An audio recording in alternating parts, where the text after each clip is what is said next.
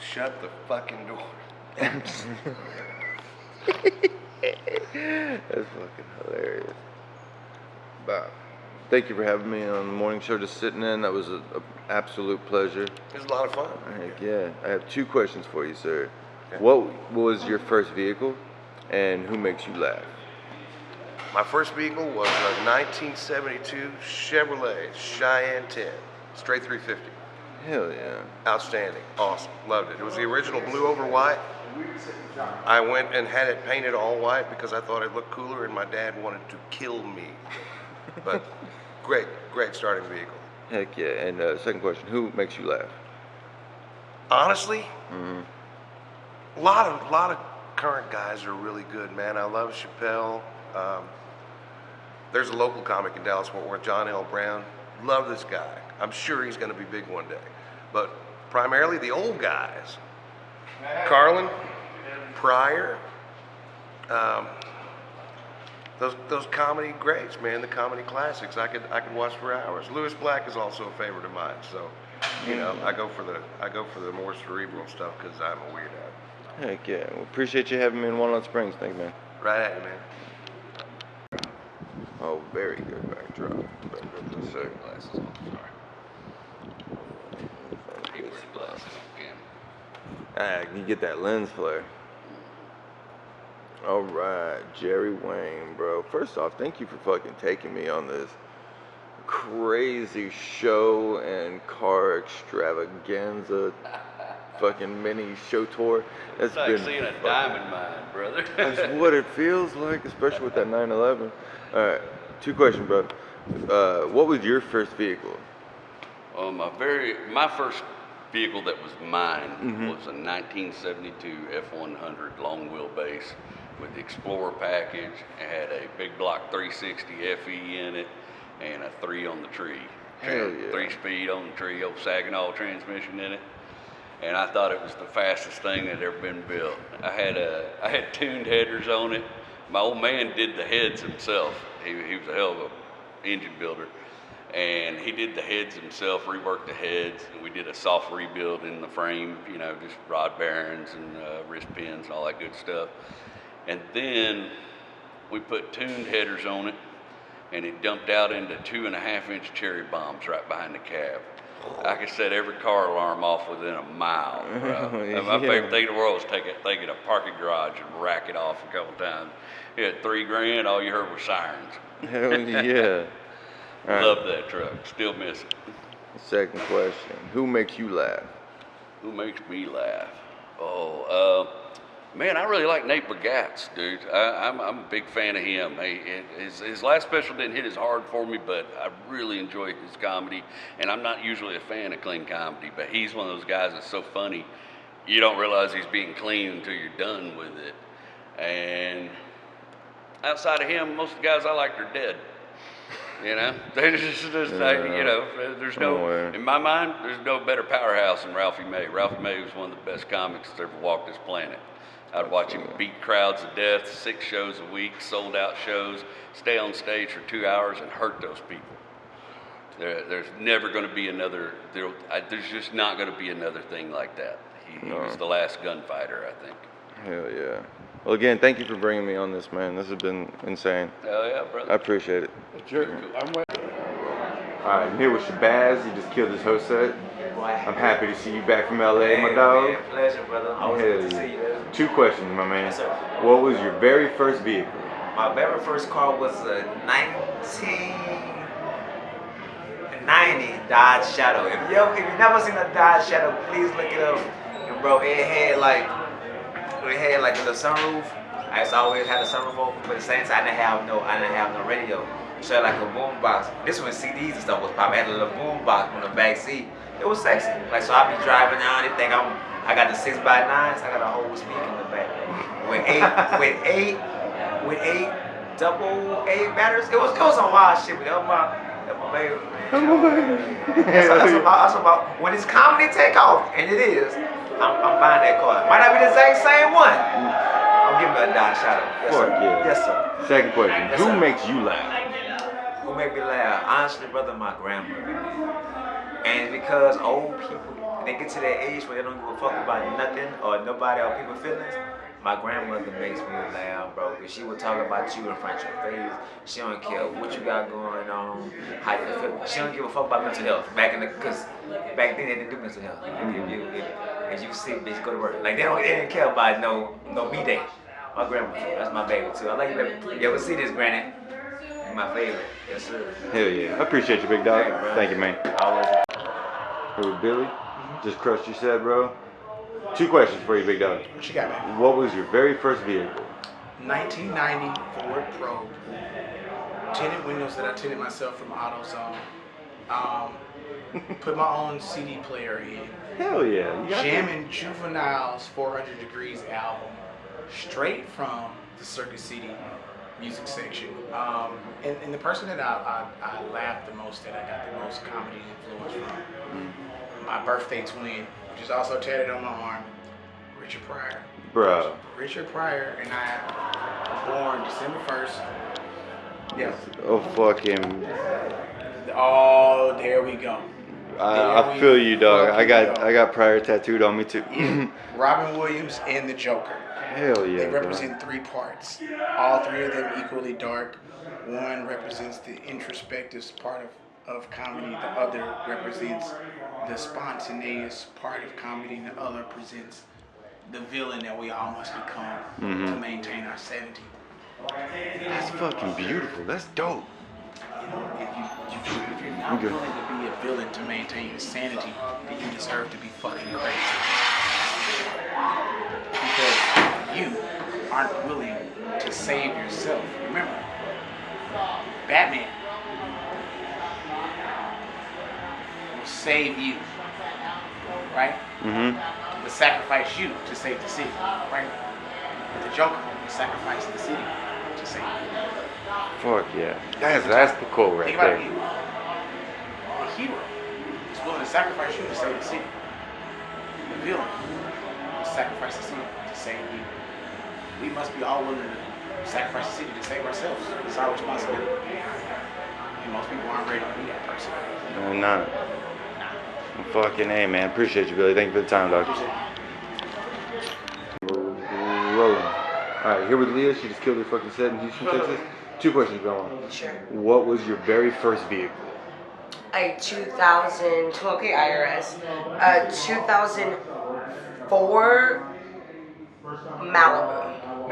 That's what's Malibu, and it flooded. Whoa. Straight from a rope, huh? It was maroon? No, it was like gold. Oh, okay. Champagne. Champagne. That's That's how I what's was gonna be a rich bitch in a broke car. Also, it's like, no, I'm a Houston girl for real, for real. That car flooded in the Hurricane Rita hurricane? No, the Memorial Tree. Day. Oh. Yeah, so that was God being like, you're an H-Town bitch forever. We're gonna flood your shit in the suburbs. So that was I love that car. Fucking hilarious. And who makes you laugh? Who makes me laugh? Yeah. Famous or non-famous? Doesn't matter. Me. Not in a conceited way. I just feel like sometimes the things that I think are so ridiculous and just like nobody will ever think, or like not think, but like people, if I say them out loud, the cops will be involved. And I just really enjoy that. And so I kind of tickle myself. Fun fact, all the jokes that I think that I have that are like, they make me laugh myself, those are my weakest jokes. My weakest jokes. Well, they're also the ones that are the ones that like make in the back of the room laugh for all the Type shit, yeah. The ones that I do that I think are okay, or they're like, but the ones I'm like, this is fucked up and funny, everyone's like, you need a hug, which I do. So it's always a good time. It works out. Hell yeah. Well, I'm gonna give you a hug. Thank you for being Thank here. you so much. I appreciate you. Thank Love you. you. Love always, you too. always great seeing you. Yes, you as well. Thank Take it you. easy. You got some drugs? No. What kind of freaky shit y'all got going on? Yeah, they got 2 cameras So, and shit. fucking Slade told me to fucking make a fucking video that's not a fucking montage. And a whole bunch of like fucking pictures with some, you know what I mean? Like, I have to do something else. Right. So, Homework assignment. yeah, basically, homework assignment. So, one of the most commonly asked questions on Google about stand-up comedy is how do you prepare for a show? So, can you both give me like 3 things that you do to prepare for a show? What do you do? Just take that. Well, this was about to do, bro. I'm already rolling. We are rolling. What was that? a So fucking that's the intro? question. Bro, that's how you gonna do it? It's your shit, but what the fuck? Be more formal than that. Action or something. This is fucking. No, This is like this is amateur porn. This ain't really amateur. This is how everybody do it. Just now. because it has a tripod doesn't make it professional. No, that's not what I'm. Hold on, don't insult me with that. What I'm saying is, is a lot of people they Just have start it you wrong. They have it. Yes. Cause of the light. Hold on, I'm gonna say this because I'm professional. Nigga, I'm not waiting for nobody to tell me. I go, all right, light on is red. Let's roll.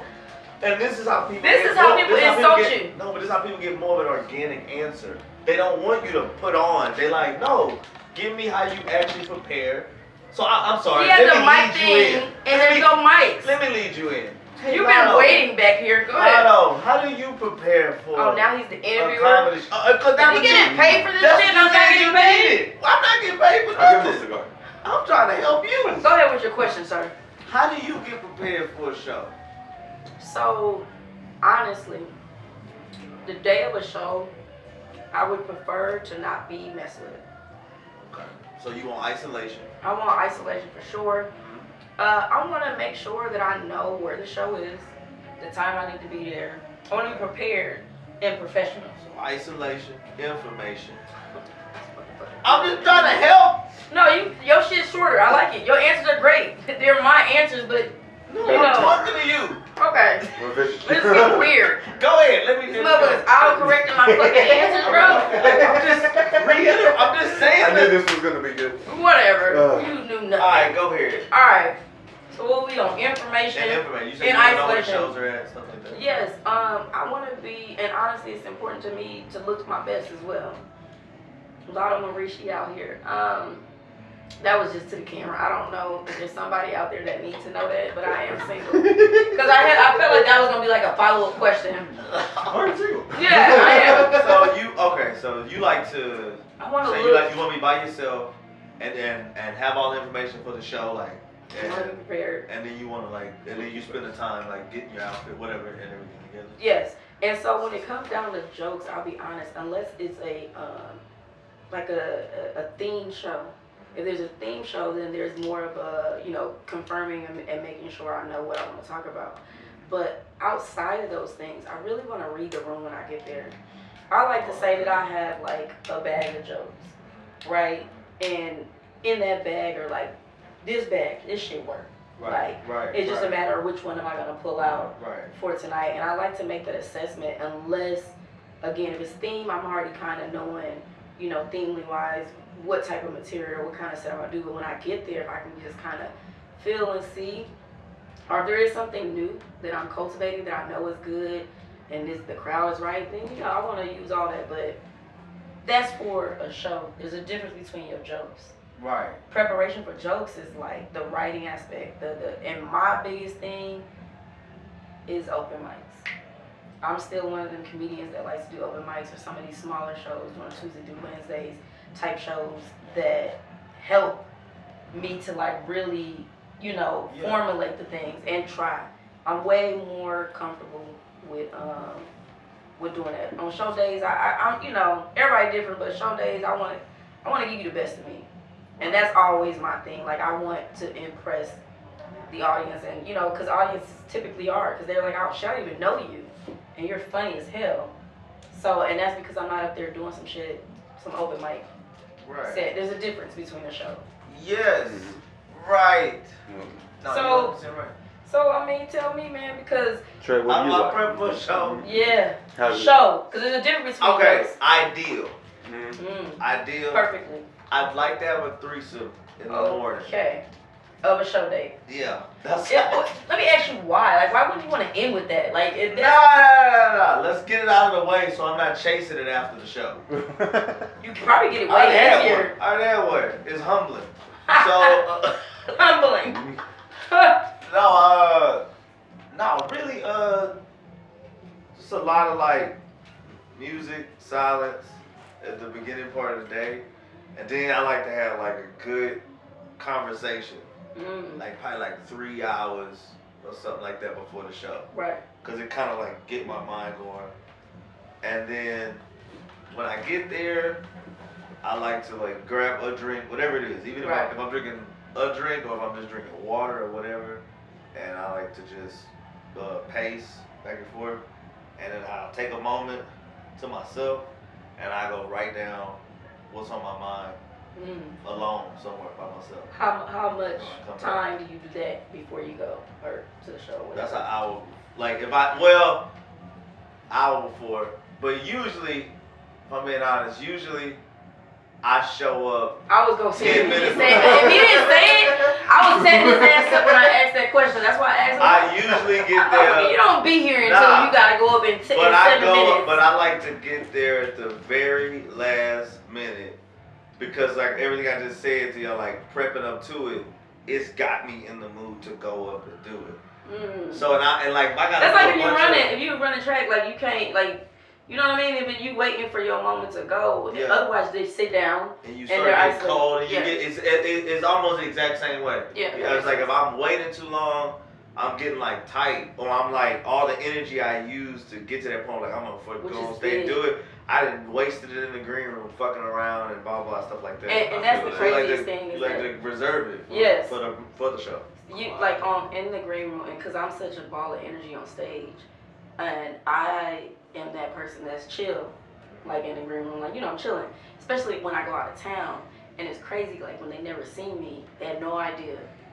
They have no idea who, whatever. Then I get off, it's like damn, because you got them people in the back that be, I'm about to, they be talking all that stuff about they doing this and that. That happened to me when I was in Atlanta, and I just, I'm just chilling in the cut.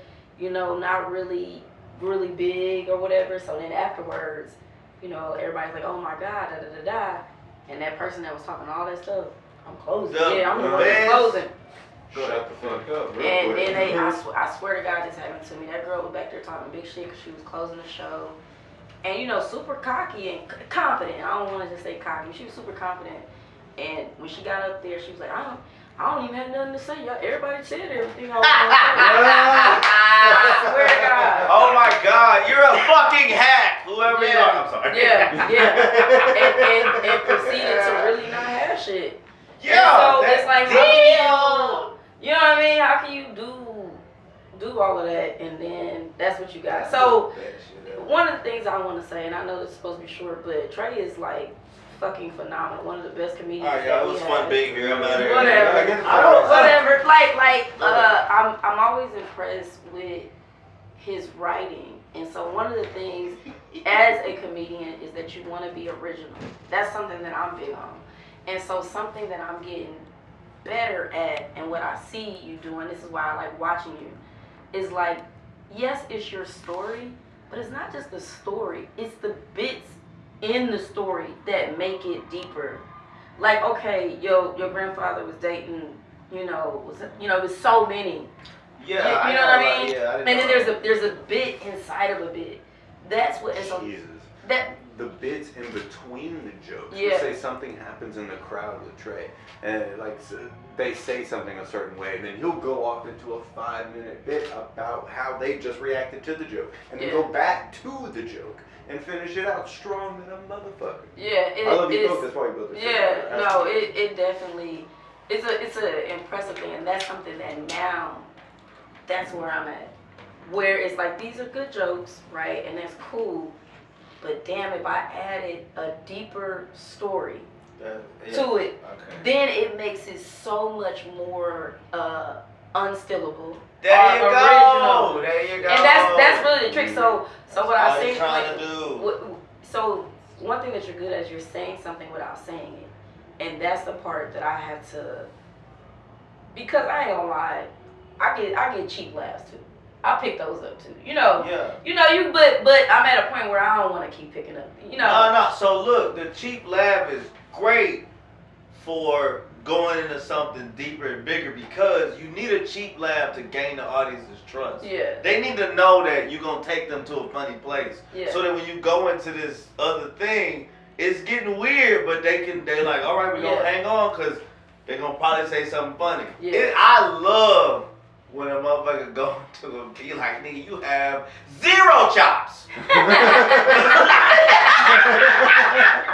You have 0 skills for this bit. And you're like, where's this going? Oh, it's going exactly where the crowd thought it was going, and that's why they're not laughing. Yeah.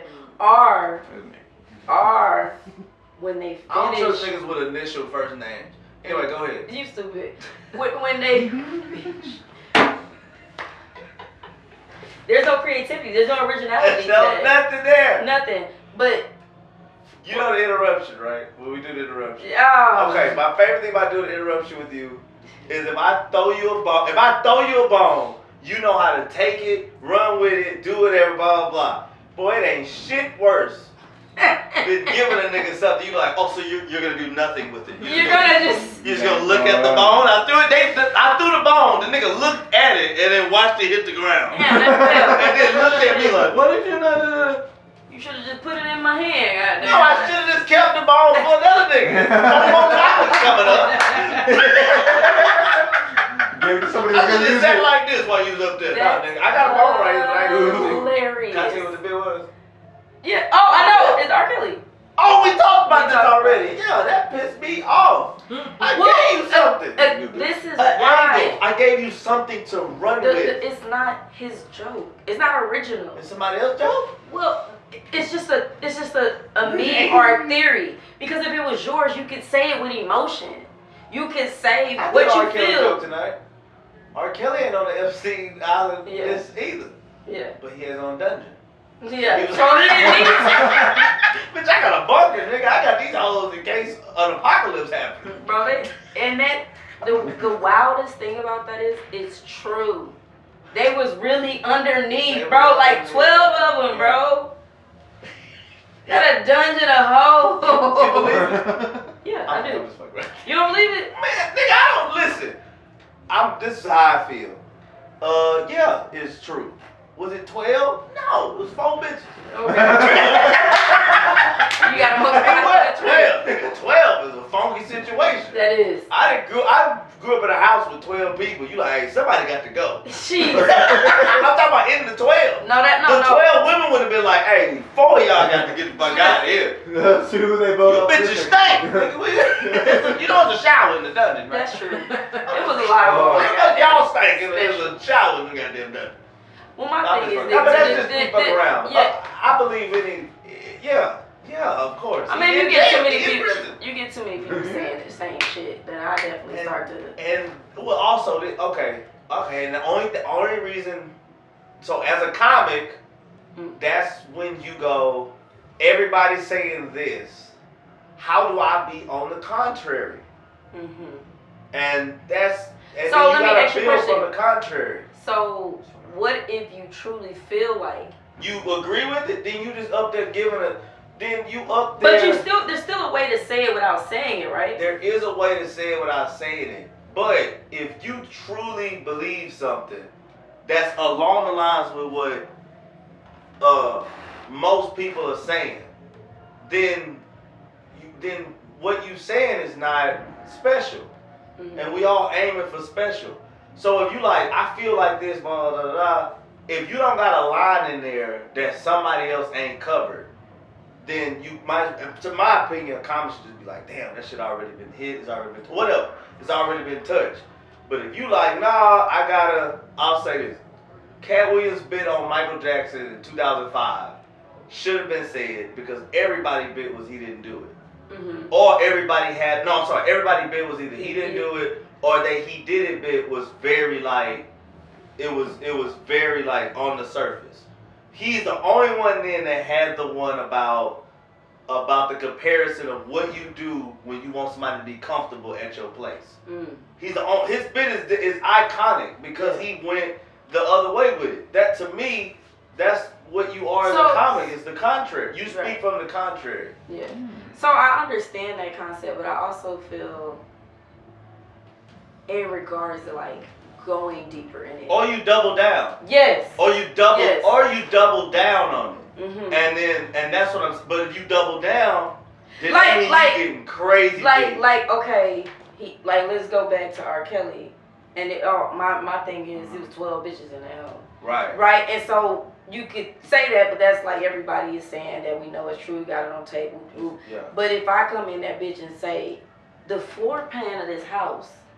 Like, if I come at it from... There you go! The floor plan... There you go! On a... Bitch, what kind of... Like, how much does his house sell for? There you go. That is. I'm more impressed that he had a house to house 12 bitches that nobody could find. Underneath the He got house. 12 Anne Franks. This nigga,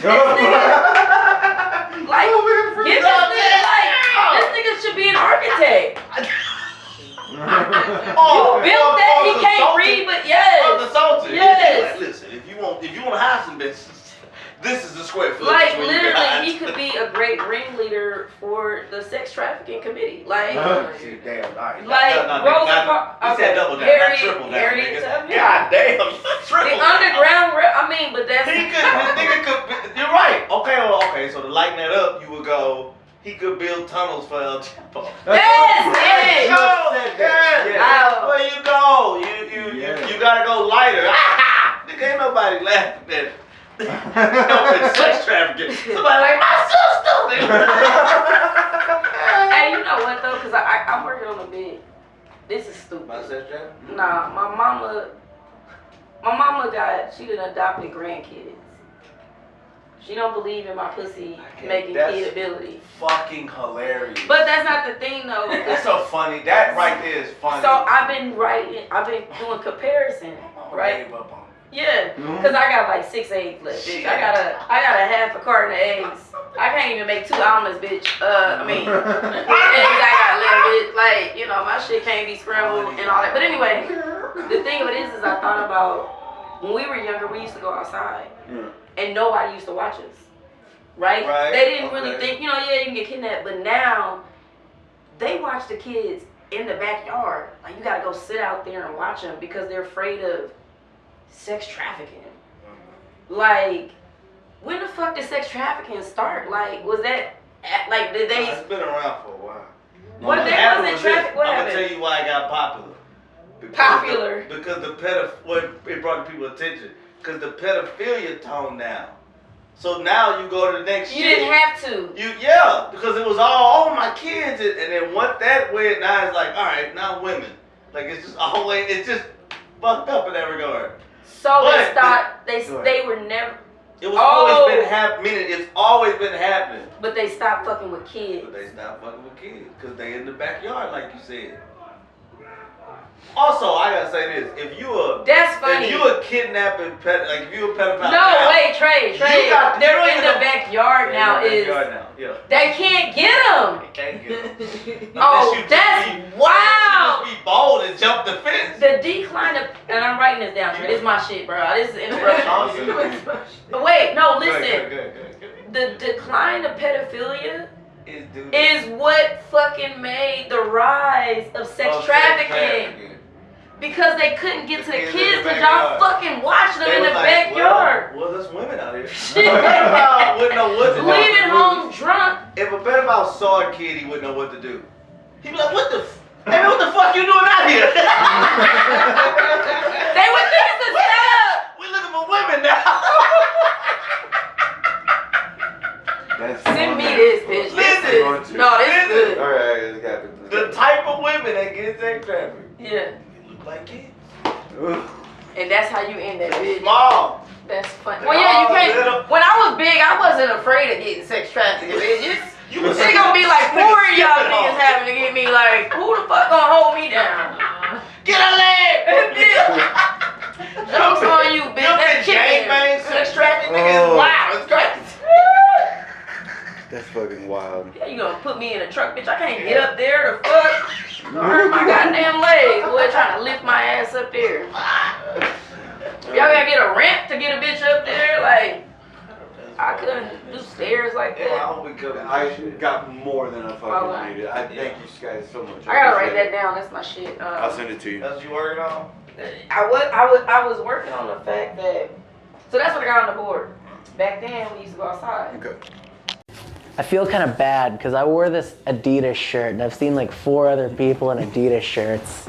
Adidas, I mean... I know, it's a popular brand. Don't they have Nazi ties? I think so. Adidas and Puma? I think so. Weren't they the brother company that split It wouldn't up? surprise me. Mercedes made all those Jew ovens. We're still driving those. That's fucking hilarious. I am here with the absolutely hilarious Trey Campbell. How long you been doing comedy, big dog? About 1.5 years. Okay, that's what's Yeah, up. not that Fuck yeah. long. Dude, you've come a long way in 1.5 years, buddy. That's fucking what's up. I guess it's all about perspective, you know, like I'm just happy to be amongst people that have like-minded ideas, I guess is me. I enjoy that so fucking much. Like when I'm working with like people that I admire almost, like higher up comics. Getting to talk to like Craig Ferguson and fucking no shit. and shit. Yeah, Yeah. bro. Oh my God. Learn so fucking much, right? So one of the most commonly asked questions on Google about comedy is how do comics prepare for the show? So can you give me 3 things that you like to do whenever you have a show on? And like you're getting ready, you're preparing yourself for the show. What do you like to do? Yeah, that's definitely an interesting question. I guess the first thing I do when I know I have a show, it's kind of a week thing. Like every day I go to like an open mic when I know I have like a big show, and I test out all the material and make sure I can get the words out. Yeah. So that's kind of the first thing that I do. I guess it kind of goes in layers. The second thing that I do is I like to like wake up and that be the first thing I'm thinking about is going on and doing a show. It's like, all right, how are we gonna do this show today? And how are we gonna get the words out to where the people will find it funny? Because personally, I know I'm funny. It's just a matter of getting the words out and resonating with the crowd. And then after that, you know, I like to think positively and think, okay, I'm gonna do good, and I know I'm gonna do good. And then, but even if I don't do good, it's not the end of the world. I guess the third thing I do is kind of rationalize what I'm doing and kind of, you know, like say, you know, this is, if you do bad, then there's thousands of other shows you can do. It's not. So I guess those are the 3 things I do mentally.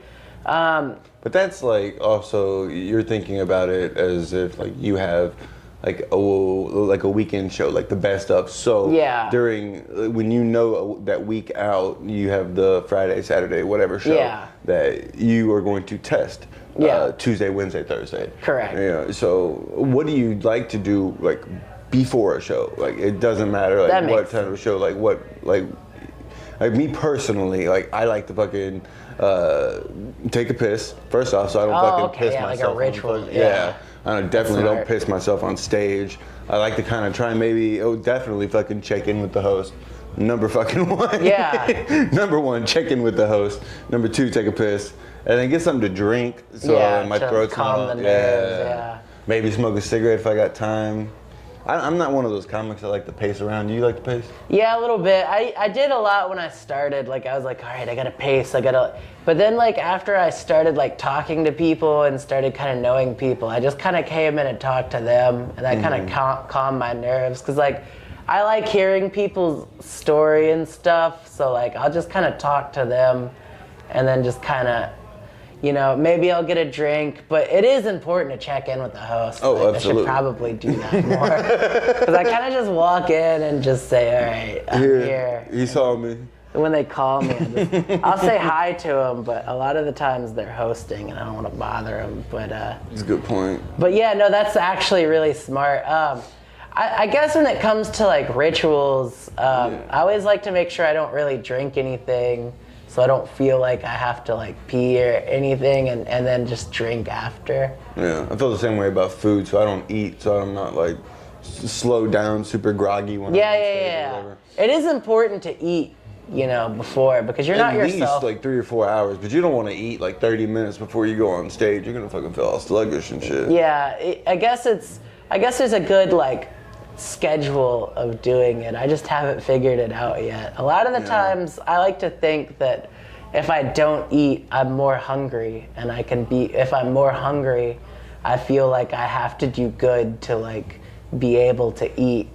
You know, it's very weird, but like kind of self-masochistic. It's a little bit. I have to fucking get laughs, otherwise I don't get this cheeseburger. Yeah, it's very tough. Like I've done that my whole life. Like if I fuck up, like I'm not eating. Like if I messed up, like if I like had a bad day at school or something, mom would be like, "You want dinner?" I'm like, "No, I don't deserve it." I don't deserve it. And it's horrible. You shouldn't live like that. But like it's been. I lost a kickball. I don't Yeah, deserve it. yeah, or like I got a D-.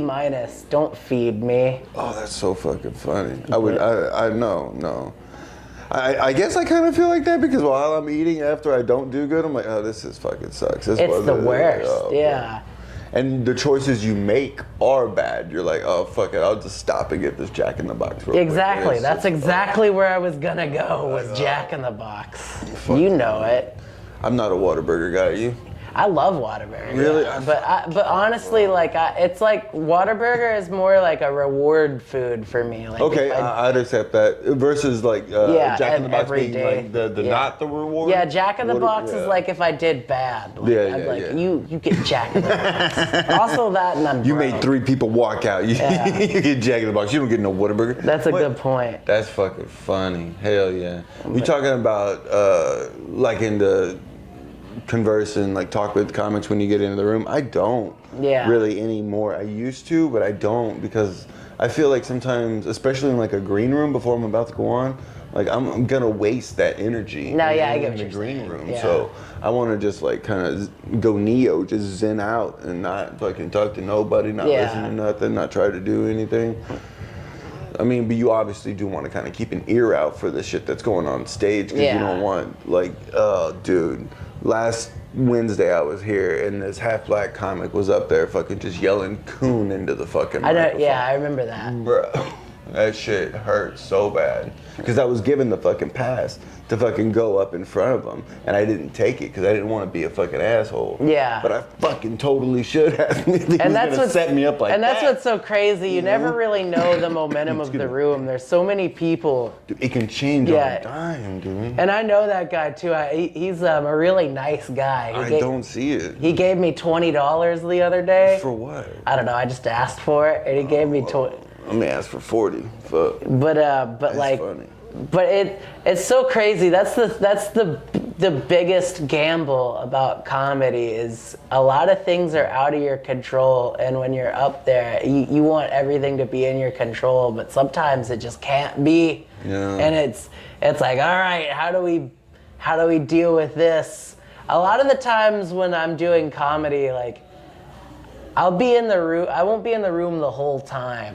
I feel like if I'm in the room the whole time. While you're doing comedy? No, like, I guess mentally. Yeah. Like, how do you mentally get out of it? But like, while you're standing up. But there. when all the people before me are going up, I'll be like outside, like, cause like I have to like, I'm so anxious, like I have to like clear out all my negative thoughts, and like I'll just be talking to random people, trying to like clear out my negative thoughts before I go up. And then, but like I've know been around you. I've seen it. Yeah, you know. You guys take me with you to Colorado? I don't want to be here anymore. Yeah, I've been there. I've said a lot of crazy stuff. You almost got show. on with that fucking band. They were gonna take you as a roadie. That was funny. I remember that. That guy was holding on to that amp forever, bro. Yeah, that guy like was would not listening let to him me. set it down. Yeah, That was so funny. I didn't even know I was doing that. Oh shit! Sorry, big dog. There's Jolly. He's been in there for a hot minute. Yeah. You're good, Jolly. We'll edit this in post. No, we ain't editing shit. No, don't edit. Keep him in the show. So Jolly likes to take a shit before he goes on stage, and that's that what makes he just sense. did. That would you want to get all the bad juju out, I guess. Yeah, I guess so. I can see take why a people shit in would the wanna fucking do toilet that. so you don't take a shit on stage. I could see why people would want to do that, honestly. Fucking makes sense, bro. Yeah. How do you when you're doing like editing and all that? What do you use? Like what software do you use? Like GIMP or what? Do you... I use Wondershare, Filmora. Nice. Whenever I can pay for it, I lost my subscription. Yeah. So I'm using CapCut. Okay. Yeah, CapCut works good. It's their free shit's good, but it's not the greatest. Yeah, no, you're not gonna get everything you want. I'm sure you can't mess with the saturation levels or get the lighting the way you want it, but it's still. I can. Well, and also it doesn't matter because I'm already recording in 4K. Yeah. Oh yeah, yeah. You got a good enough camera. Yeah, Yeah. So whatever, like the raw shot is good enough in and of itself that it doesn't have too much. So do you like overlay the audio with the video on like Audition or anything, or you just? It's already on it. Oh, okay, that's cool. The audio is through the mics now. That makes sense. I would like to figure out how to do the split audio to where like I'm using the actual camera microphone and using the microphones that I have. I haven't quite figured that out, and I haven't figured out dual recording on 2SIM. Yeah. I think when it comes to the audio itself, I think you can put it in, and you can take the SD card and put it in one of the your computer and just put it on Audition or Odyssey, and you can just cut up the waves. Okay. That's usually what how I learned how to do it, because a lot of people like cut up the waves and and then they'll match it up with the video. Mm-hmm. Like and then like you can if you cut out one part, you can cut out the video with it. Like if you cut it, it's hard to explain. I see it in my head, but like. Well, yeah. If you don't detach the audio from said video file, before, you can just fuck it up. You're not trying to do that, but if the sound's good, it doesn't matter. No, it really does sound good. Every time I've done like recordings outside and I'm actually using the microphones, it's fucking badass. But even then, the microphone on the camera is good itself. The other day I did the Don't Tell show, and it was like 85 fucking people in the room, dude. It was packed the fuck out. But the camera was so far away, and the speaker we were using was one set on the fucking ground and not on the pole up in the air, and the volume was a little bit lower than it should be. Yeah. So when I went back and had to look at the video, like I had to like kind of turn up the volume on that video, but it blew it out a little bit. Right. Yeah. It made it all clipped. It clipped it and all that. It was a solid like brick wall room, so it was just fucking echoey as fuck. It's gonna That's the thing about the Secret Group. That was where it was, right? The Secret Group, or was it? No, it was at this place called Creative Lounge. Huh. Not far away. That's what's so crazy about open mics and shows, and sometimes a lot of people. Well, Don't Tell is crazy, dude. We did a show at a fucking piano room. Really? Where they were just had like, dude, like $10,000 pianos everywhere, 20 grand pianos just sitting around, dude. We're doing comedy in the middle of all these pianos. That's fucking crazy. Yeah. Or like this fucking art studio, we did one there. We did one at a coffee shop. We did one at it was like a funeral home. Oh, really? That's cool. It was fucking weird. You'd be killing. Bro. Yeah. Well, I mean, if they come back to life after a joke, that'd be fucking scary as hell, bro. Wouldn't that be hilarious if like a comic went up and did like a joke in a funeral home that was so bad, like it woke the dead, and they're like, boo, and then they just went back to sleep. That would be fucking hilarious. Or they just started clapping. Or you want to make it positive, he's like, it came back and clapped and then went back. Yeah. That's fucking funny. I admire that. I like people who are like more, because I'm so the opposite. Everything sucks sometimes. I'm around such negativity all the fucking time that I just try and find a fucking positive in something all the time. I have a stupid joke about that, and cars actually. Yeah. Where like I hate electric cars. I fucking hate them. But I try to find something good about it that I do like. And Formula EV, have you heard of that? Yeah, of course. Bro, so it's just like fucking Mario Kart. Yeah. If you fucking go around the apex of the turn the way you're supposed to, you get a speed amperage boost. Yeah. If you're the #1 voted driver, you get a fucking boost. Who won the championship last year? I can't fucking tell you, to be honest. But they also give you fucking blue turtle shells to throw at your fucking enemy. Do they really? No, but that's the fucking joke. No, Formula E is dope. Like, that's crazy that I like how when their battery is low, they just change cars. They don't even charge, like, they don't have pit stops. Nope. Hot cars change out. And plus the races are so short, there's no real tire wear. But what's fun about Formula E is a lot of those drivers were in F1, and now, like, some are like, were good in F1, but like lost their ride. So now they're racing in Formula E trying to get back to F1, which is so insane. Because you would think Formula E, the concept is cool enough to where you could just make a living racing Formula E. but everybody wants to get back to F1. That's where the fucking good shit's at, man. Yeah, that's where you become legends. I mean, that's where Max Verstappen. You're going up against Max Verstappen and Lewis. You're the best. You're way deeper into the knowledge of cars than I am. I do love racing. I love drifting. Yeah, I love like that's your drift. thing. Yeah, I fucking love drifting. Street drifting, track drifting, Formula D, like all of that. I love everything. Did you watch like the Fast and the Furious movies? Absolutely. That's where a lot of I watched that shit in the movie theater. Yeah, me too. Me and my dad went and saw it. I remember when we left, my dad was like, "That was the dumbest movie I've ever seen."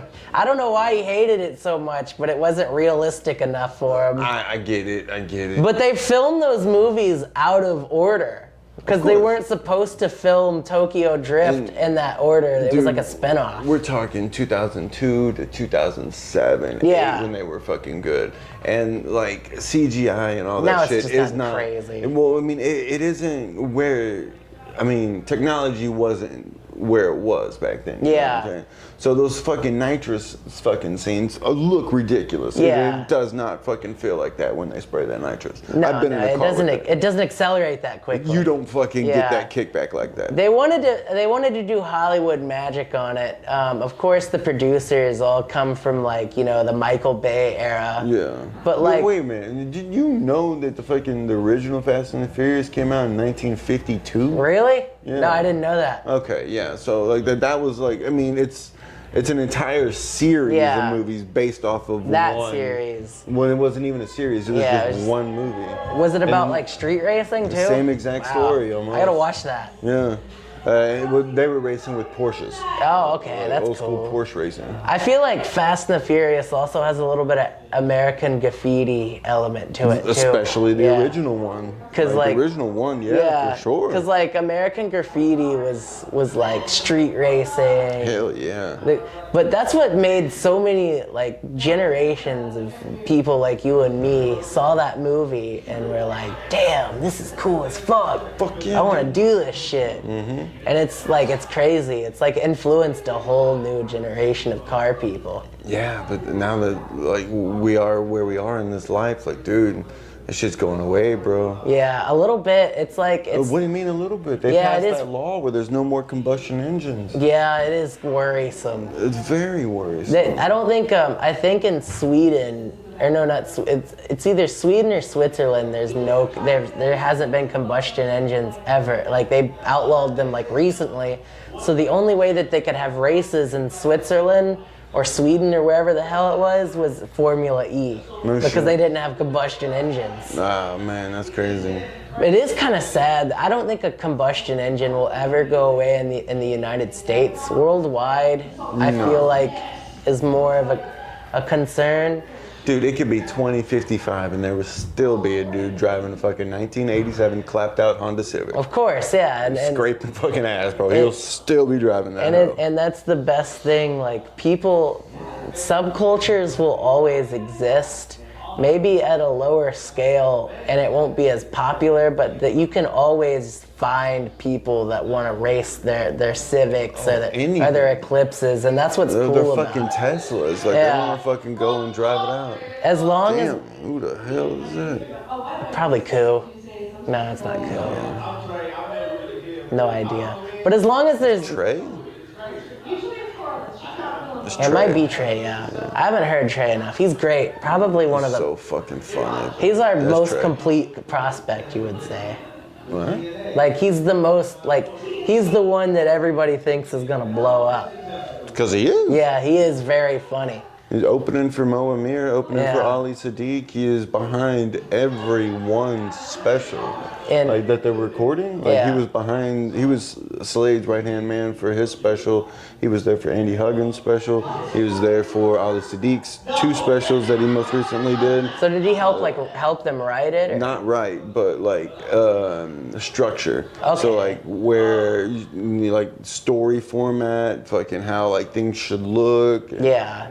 He dressed Slade for his fucking thing. That's cool. I didn't know that, like... He's got a good fashion sense. Yeah. That's what I like about comedy is, like... He's a trusted, like, comic. Yeah, you don't just have to do comedy, though, like, to make it. You gotta do everything. Everything now. back then you just used to be a fucking comic. Now you got to be a social media manager, Yeah. fucking videographer. Seems fucking- very draining. It can be. It seems like it can I guess be. you could put together a good team and like. That's what I'm trying, bro. Yeah. That's what's cool though, is like finding the people you trust. I guess you can't trust everybody. Fuck no, bro. But It no. happens though. Yeah, no, it totally does. What was that group in Houston they had for a while? The dog gang. I never heard about this. I fucking wear their shit sometimes.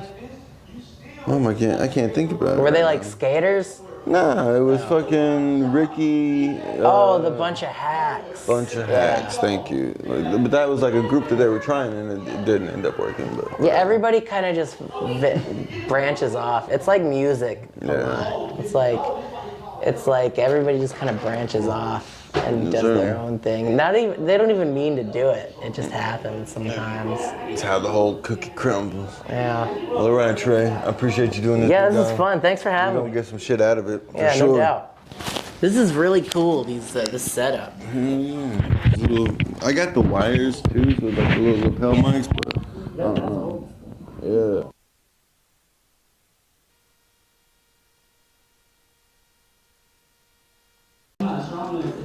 Which way?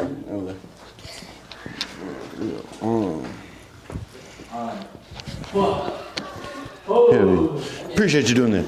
Big guy. Absolutely. My man, Nick Palermo. Yes, sir. How you How doing? long you been doing comedy for? 8 years? Almost 8 years now. Almost 8? Okay. Almost 8. Hell yeah. So I got this new fucking video project I'm doing. One of the most commonly asked questions on Google about stand-up comedy is, what do comics or comedians do to prepare for a show?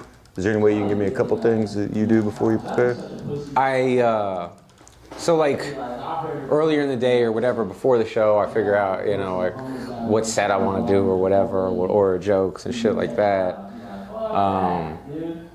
Depending on how long, maybe I'll run the set through if it's a whatever. I fucking chain smoke before I go up. That's what I like. Because this job is mainly waiting, so it's just waiting. So when I wait, I'm antsy to get up. I just want to get up and do my shit. So I just fucking chain smoke. That's it. I just chain smoke. Because I don't know. I don't like. Yeah, I just chain smoke. Beyond that, I prepare my set earlier or whatever.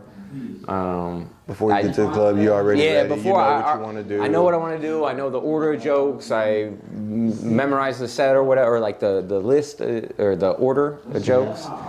And then I don't drink before anymore.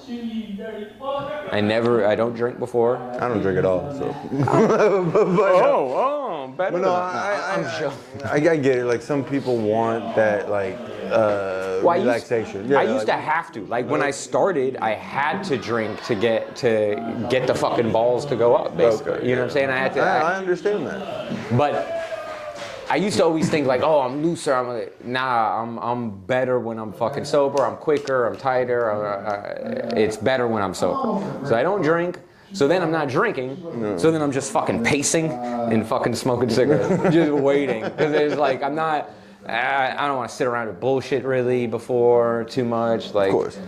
I've just I've been fucking on that pace. lately. Like I don't want to waste my energy that I have before I go on stage. So I'm not like loud and boisterous. I'm not trying to hang out with everybody in the fucking green room and chat it up.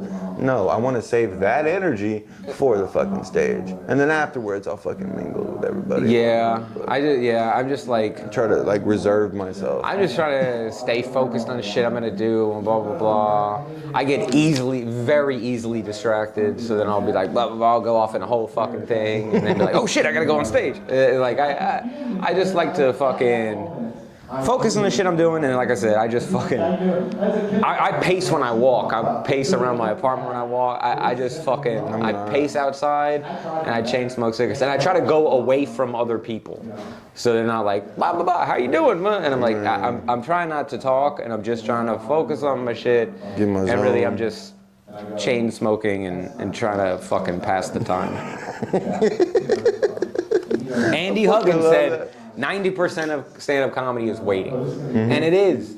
Like you're waiting for your set, you're waiting to go up, you're waiting for the show to start, you're waiting for all this shit. And it's like, I really want to go up. I want to talk my shit. I want to go, you know? Yeah. But it's like the waiting. Yeah, so I pace and I chain smoke. That's a great answer. And then I drink after. This one I got right before the set. So it was ready when I got off. You know what I'm That saying? motherfucker was ready, waiting Yeah, for it was me. just waiting. That's funny. Do you feel like you enjoy it more after a good set? Fuck yes. Yeah. After a good set, you're like, ha-ha. Yeah. You're like, what? Almost like you earned it. Yeah. Yeah. Yeah, because having a bad set and you're like, I want to go home. I don't want to fucking hang out. I don't understand with that. all you successful motherfucker. You had good sets. Bad people that, or well, I don't want to say bad people. People that have bad sets and then fucking hang around like they didn't just fucking fuck up the room for everybody else. I'm like, bro, what are you doing here? I've done both. It I doesn't hate feel you. good. fucking hate Whatever. Yeah, you have an off night sometimes. Whatever the fuck. But yeah, no, it's obviously a way better feeling when you do good, and you're just chilling around. So then like audience members are like, oh, good set and stuff like that, and it makes you feel good. It does. That's why we do this, to make strangers laugh. Absolutely. But back to like the liquor aspect of it, like you not wanting to drink before a show. Like I don't eat before I like do a show, just because I don't want to feel fucking groggy or whatnot. Yeah. But afterwards, like if I have a fucking good set, I'll go get that fucking cheeseburger and fucking horse that motherfucker. I've heard people down, say bro. that has Like, zero effect. Like I eat right before I go up a lot. Like I'll go because there's Vinny's Pizza around the corner from here. So a lot of times right before I go up, I'll go get a slice of pizza and come back and go up. That's not pizza. I don't like know it. what that is, but that's Fuck not, you. That's not. Who's Italian here? Okay, you got a point there, but that's not good pizza. I don't know what happened. It is good pizza. Also, It's okay. it's if you buy a whole pie, get a whole pizza, fresh. Cause the fresh fucking pizza, I like the slices, but I got a fresh pizza one day and I was like, this is this is a different fucking thing. Absolutely. It was delicious. Alright, this is already starting off pretty weird. Who the fuck? It's a Open micer. It's a newer comic. Open micer named Yes. Q.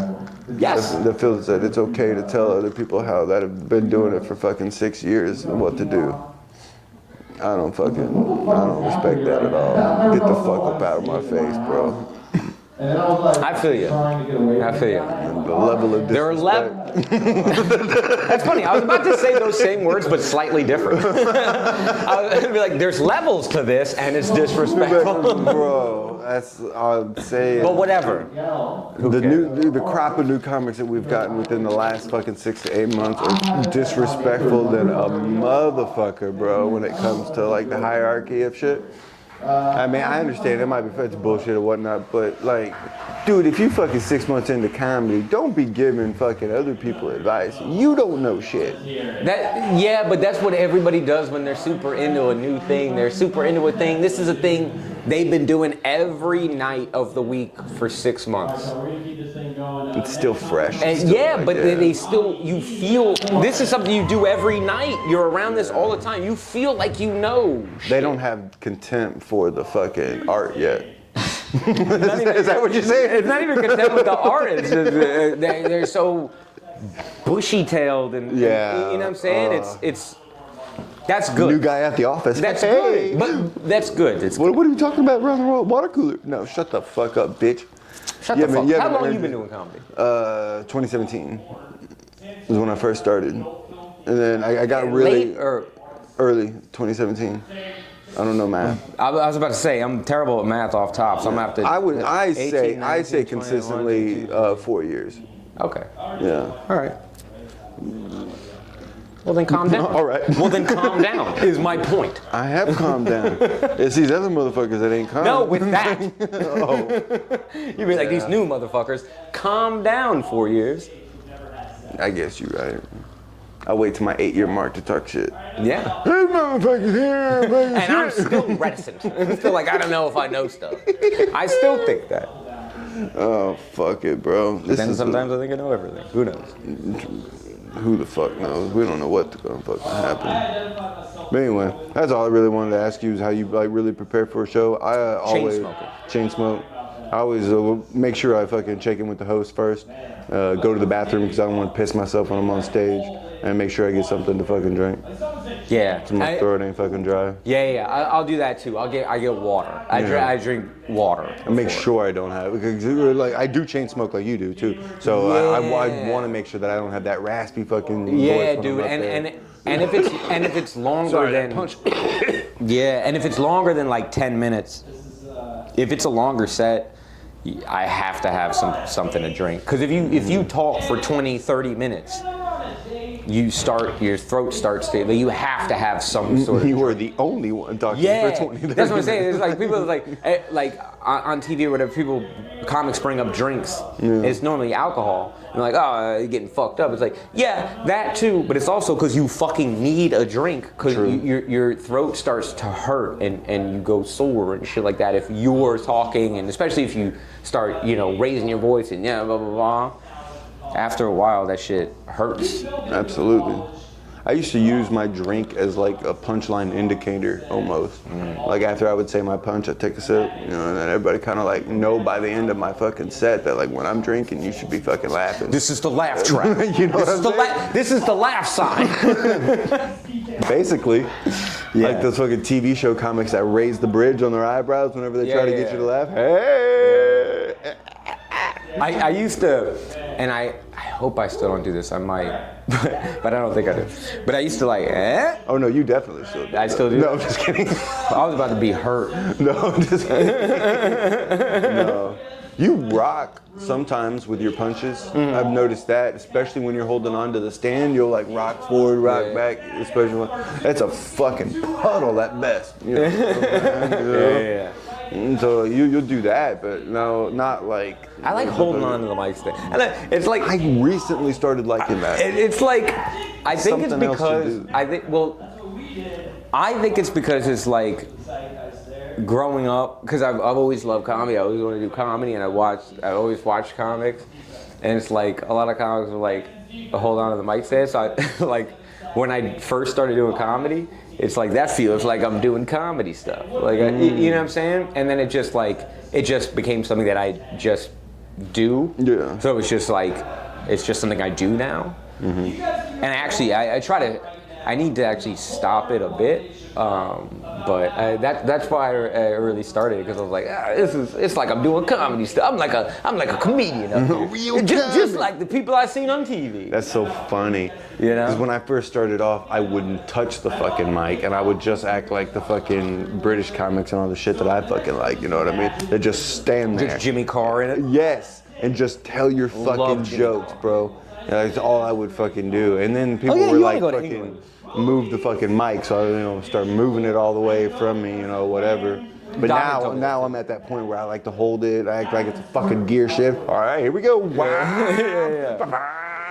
Yeah, I gotta ease off it a bit, but yeah, that's honestly why I started doing it. It's like Big J Okerson, he sits down a lot, but he holds the mic. But no, he sits a lot on the stool, and he does that, and he said he does that because Patrice used to do that, and like he was good friends with Patrice, like so like he was in. It's big with all the New York comics. Geraldo did it too. Geraldo didn't really sit like that. Well, not sit, but I'm sorry, no, with the microphone. I'm talking sit. Yeah. Patrice sit. Patrice would sit on the stool. Big J sits on the stool, but he does that because Patrice did that, and he was inspired by Patrice. So it's kind of why I fuck with the mic, because it's like that's what I watch. Do you know Ron Schott? I'm not super familiar with his material. I know who Ron Schott is. I know. Okay. Yeah, but I'm not familiar with his material. I'm sorry, Andy. Oh, yeah, for sure. I'm so sorry, Andy. I fucking love Ron Shaw. He's my favorite comedian. I know. I've seen you say But, that, and I was like, damn. I bet Andy loved that. Yeah, dude, he's so fucking good. But he's got that fucking freehand thing that he does sometimes when he's telling his stories. But a lot of the time, he puts his hand behind his back, and I think that might be where I get that from. Because I always try to fucking put my hand behind my back. Because I think it's weird for me to fucking be doing hand shit. You know? See, I talk with my hands a lot. Especially as a fucking Jew, I'm never doing overhand towards fucking people. It's always underhand, never over. Yeah, and with your face and beard combo, that's a bad look. No one Very knows bad. you're Jewish. That's what I'm saying. With the fucking anti-cross fucking. You have a lot of camouflage shit, and you look like this. Like this. That's a problem. Bro, that's so funny. Radu told me. You look like a Jew hunter, not a Jew. Bro, that's funny. Jesus. Man, Radu called me fucking. You look like the last thing Jewish people see. Before they get gas. Hop in that fucking Mercedes built fucking gas chamber. There you go, buddy. That's fucking crazy. Radu called me a fucking white terrorist. Yeah, that's good. Yeah, you do look like a domestic terrorist. Yeah. I was like, what the fuck is that? A Talib bro? I'm saying, fuck, I forget his name. What was the dude you battled? Ricky? Yes, you look like a waste of white privilege. Yeah. Fucking hilarious. Dude, and I had one to go against that, but he was coming up on stage as I was trying to say it. It was the end of it. I was like, oh, fuck. Yeah. But that was good. I'm glad he said that. I knew he was going to win already. So anyway, that goes along with the white terrorist. Yeah, it's all connected. Yeah. Got a whole trailer park thing going. Bro, I've been saying recently, I look like the only wizard to get kicked out of Hogwarts for meth. And it gets a fucking big pop sometimes on that shit. Yeah, that's good. I look like a fucking. I sell fentanyl laced moonshine. Like, that shit's funny, bro. All those stupid self-deprecating jokes. I'll say it. I'll lie and say that I was in a roast battle and somebody told me that about myself, but they didn't do that. I wrote that myself. Thank God, because I see people do that, and I'm like. Well, that was that person's joke. Yeah. No. Dude, the last 2 times that I've done the roast battle, they've used my jokes against me. Yeah, that's...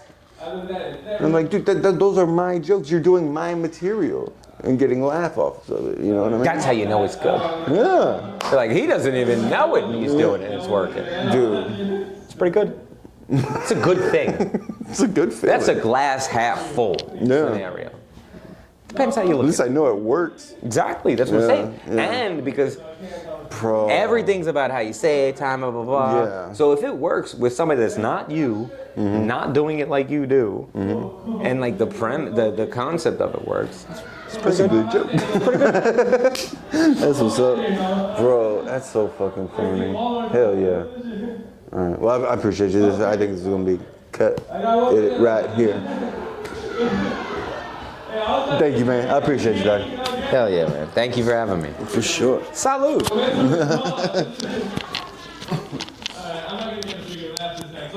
gonna get the fuck out of here.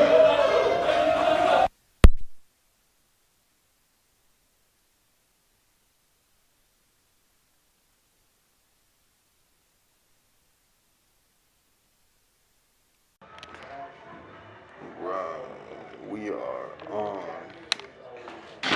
live.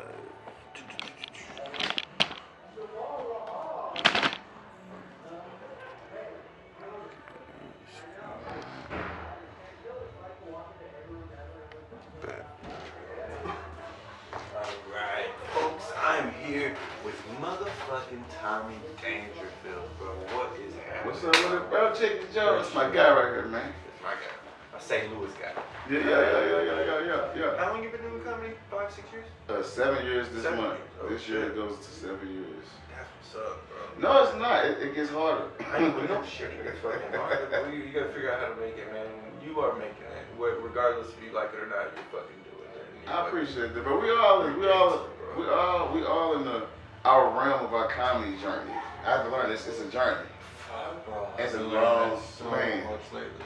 You want to give up most of the journey. Nobody tells you that part. This journey sucks dick and balls, and it's the most beautiful journey you'll ever be on.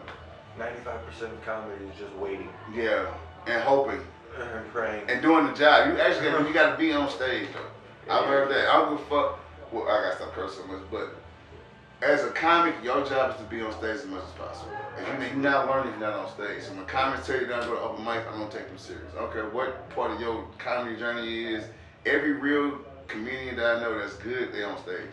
Andy Huggins been doing comedy longer than we've been alive, and he still go to open mics. 84, 83, something like that. Maybe even earlier. No, he probably started in the 70s. Bro, I asked You started in the 70s? Yeah, yeah. That's why he's so good. Dude, so I asked him one time when I was taking him home one time, I was like, bro, what was the hardest time you had in comedy? Or like the scariest time you had in comedy? He's like, bro, I had to go after Jim Carrey and before Steve Martin. What the fuck, bro? Like And we complaining? bro. And we complaining? Oh my God, bro. We complaining. These are legends in comedy. We complaining? We complaining. That's what I'm saying. Jim Carrey? Now, know that we ain't seen Jim Carrey on stage in I don't know how long. I don't remember Jim Carrey ever been on stage, besides when he acted like Andy Kaufman. Well, as soon as they all got their fucking acting shit, they just moved on. But I couldn't do that. I love comedy too much. I do this for stand-up. I act, but I really just do. What's up, Desert? No, you're good. Come here all jacked up. You ain't sharing that shit. Give me some of that shit. Why your hand so hard? Why your hand so hard, fam? He balled my hand with my hand, fam. I'm sorry. I need to go. I'm going with y'all when we leave here tonight. Let's go. Let's go. Jesus Christ. Trying to stone. Yeah, your hand is stone, sir. Medusa? The fuck? Look at that. He balled my hand with my hand. This is crazy. Hand got fucking 120 grit sandpaper. You're like, Man, oh, the damn, fuck? I got my hand balled up, put it in the pocket, man. feels like a cat's tongue. Son of a bitch, what the hell? So, back to the fucking point, bro. Yeah. One of the most commonly asked questions on Google about stand-up comedy is how do comics prepare for the show? So can you give me like a couple things, maybe like the day before show? It depends on how much time I'm doing, but I listen to everything, all the comments, my last few sets. Now, if I'm doing like a 30-minute set, I'm listening to my longest set. If I'm listening to like a 10-minute set, I'm listening to what I want to do out that 10-minute set. I mean, you're listening to recordings of the show before the show? Oh, okay, that's fucking dope. Yeah. I mean, sometimes I go in with a plan, then you look at the room and be like, that ain't gonna work. Right, So you try to adjust to the crowd. That's interesting. And I listen to myself because I'll try to go over jokes and then I just won't do it. Now, I listen to myself, it's different. I could probably use this. That's not gonna work in this crowd. This might work. Okay, cool. It's all depending on the time I'm doing the crowd, honestly. What else? I smoke. I'm trying not to drink because I realize that drinking on stage is better than drinking before the stage. Oh, absolutely. I sweat a lot, so me being on stage drunk, I already be like, oh shit. You came off tonight sweaty than a I motherfucker. guess because I took a shower before I got here. I ain't gonna lie, my pores still open. I was like, yeah, I'm gonna be good. Yeah, it's hot. And plus, them lights, it's hot. Every stage we get on, it be hot, bro. Yeah. It's only certain places I've been in that just was cold the whole time because they didn't have heat. So they were trying to get people to drink to keep warm. The show was in December. Man, I love those shows. You get your drunk as you want. But no, it's that. Sometimes I listen to music. Music, and you like to listen to yourself before you go on. You like to get a drink, I guess, before you go. Yeah. Sometimes I'm gonna name a drink until I get on stage. Smoke. And these are things I really like to do, but mostly listen to my set and watching the room before I get on stage. I'll like walk around, look around, like see what's working with the other comics. Like when y'all get on stage or somebody else on stage, I'll probably listen a little bit. I don't listen to the whole thing no more. I used to like to watch the whole show, but I realized I wasn't prepared for the show. So I get to like, oh yeah, get it for other comics and everything they done. I done forgot what the fuck I'm supposed to say. Oh, bro, that's a horrible feeling. Isn't it? That's a horrible feeling. You get that this. Well, I guess everything's been said already. Like, oh, you're fucking not prepared. You're not, That bro. shit's crazy. And thing is, your preparedness is staying in your own zone. That's it. Now, I would say everybody should read the crowd. Like, I'll go and glance at the crowd. Every other set, every set I might listen to like a couple seconds, a couple minutes, and I go back like, I know what I can get away with, I know what I can't get away with. You know what I'm saying? Like tonight, I didn't do that. I was having fun. Tonight, I had fun. I want to do a whole set that I did not touch on at all. The jokes about your kids are fucking good, and they're coming along. I appreciate that because they're not jokes of reality. Dude, the truth is always funny. It's funny, it's easy. So I'm like, that's funny. I can use that. And it makes it personable, which makes it unstealable, which makes it golden. And I gotta work on my daughter's jokes more because my daughter, she's like the oldest young lady in the world. She's 11 years old and she knits. That's her thing. She like to crochet shit. Well, she got something that she crochet.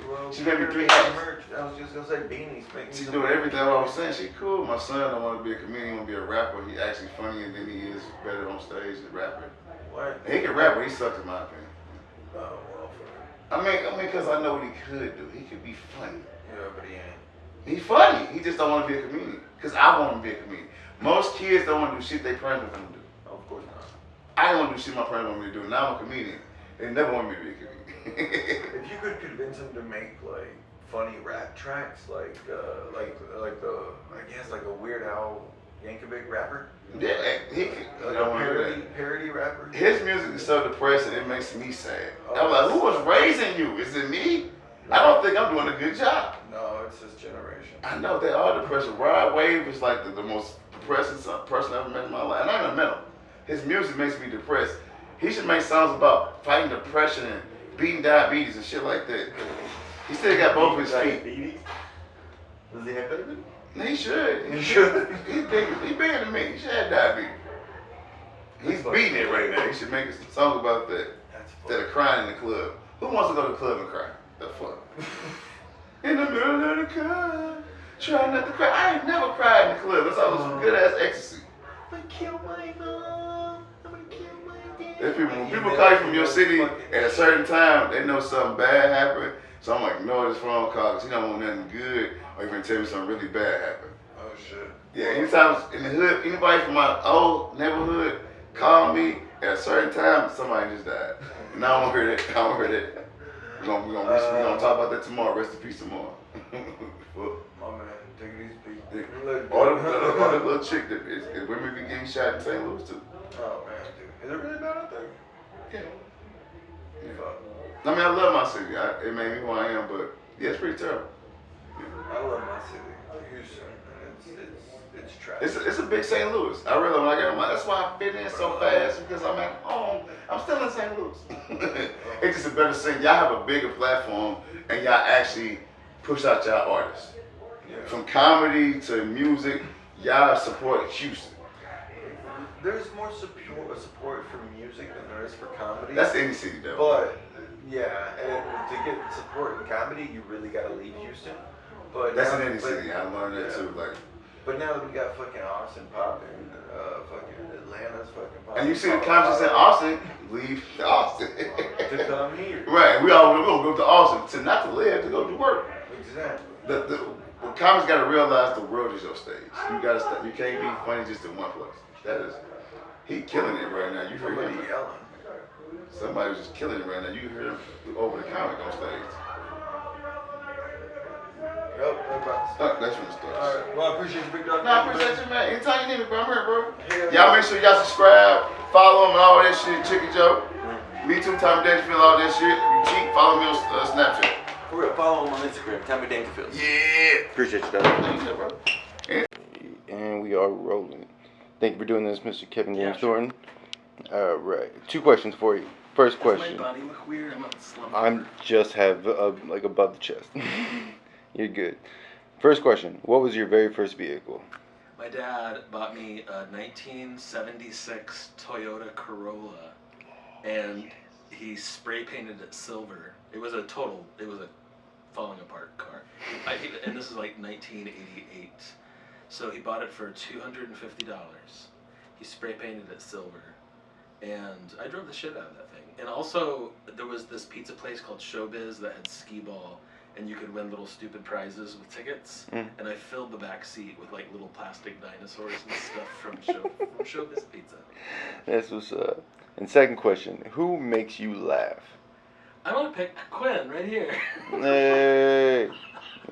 I spend a lot of time with Quinn and driving around to cities in the car. Quinn's pretty funny. That's what's up. Hell yeah. Good answer. He I'm not just saying that because he's sitting next to me. I wouldn't have mad if you wouldn't have said me. It would have an awkward car ride afterwards. Yeah. All right. Thank you for doing this, man. You're Appreciate welcome. you. Yeah.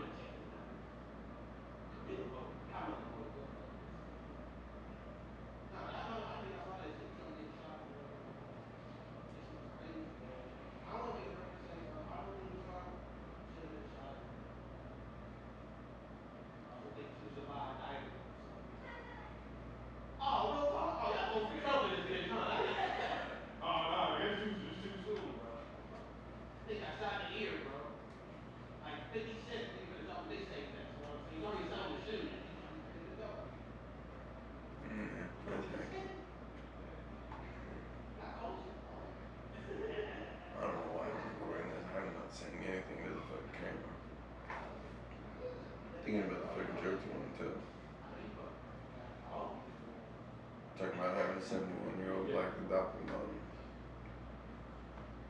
She takes great pride in refusing help from anyone else in the family. But me. And she loves to say I got a white man to help me. I think it's like reparations for her somehow. Having a white man feed her, bathe her, wipe her in. She'll probably never get the 40 acres and a mule that she got. Anyway, maybe not say it like that. I got a white man to help me. They're never gonna give me what they promised.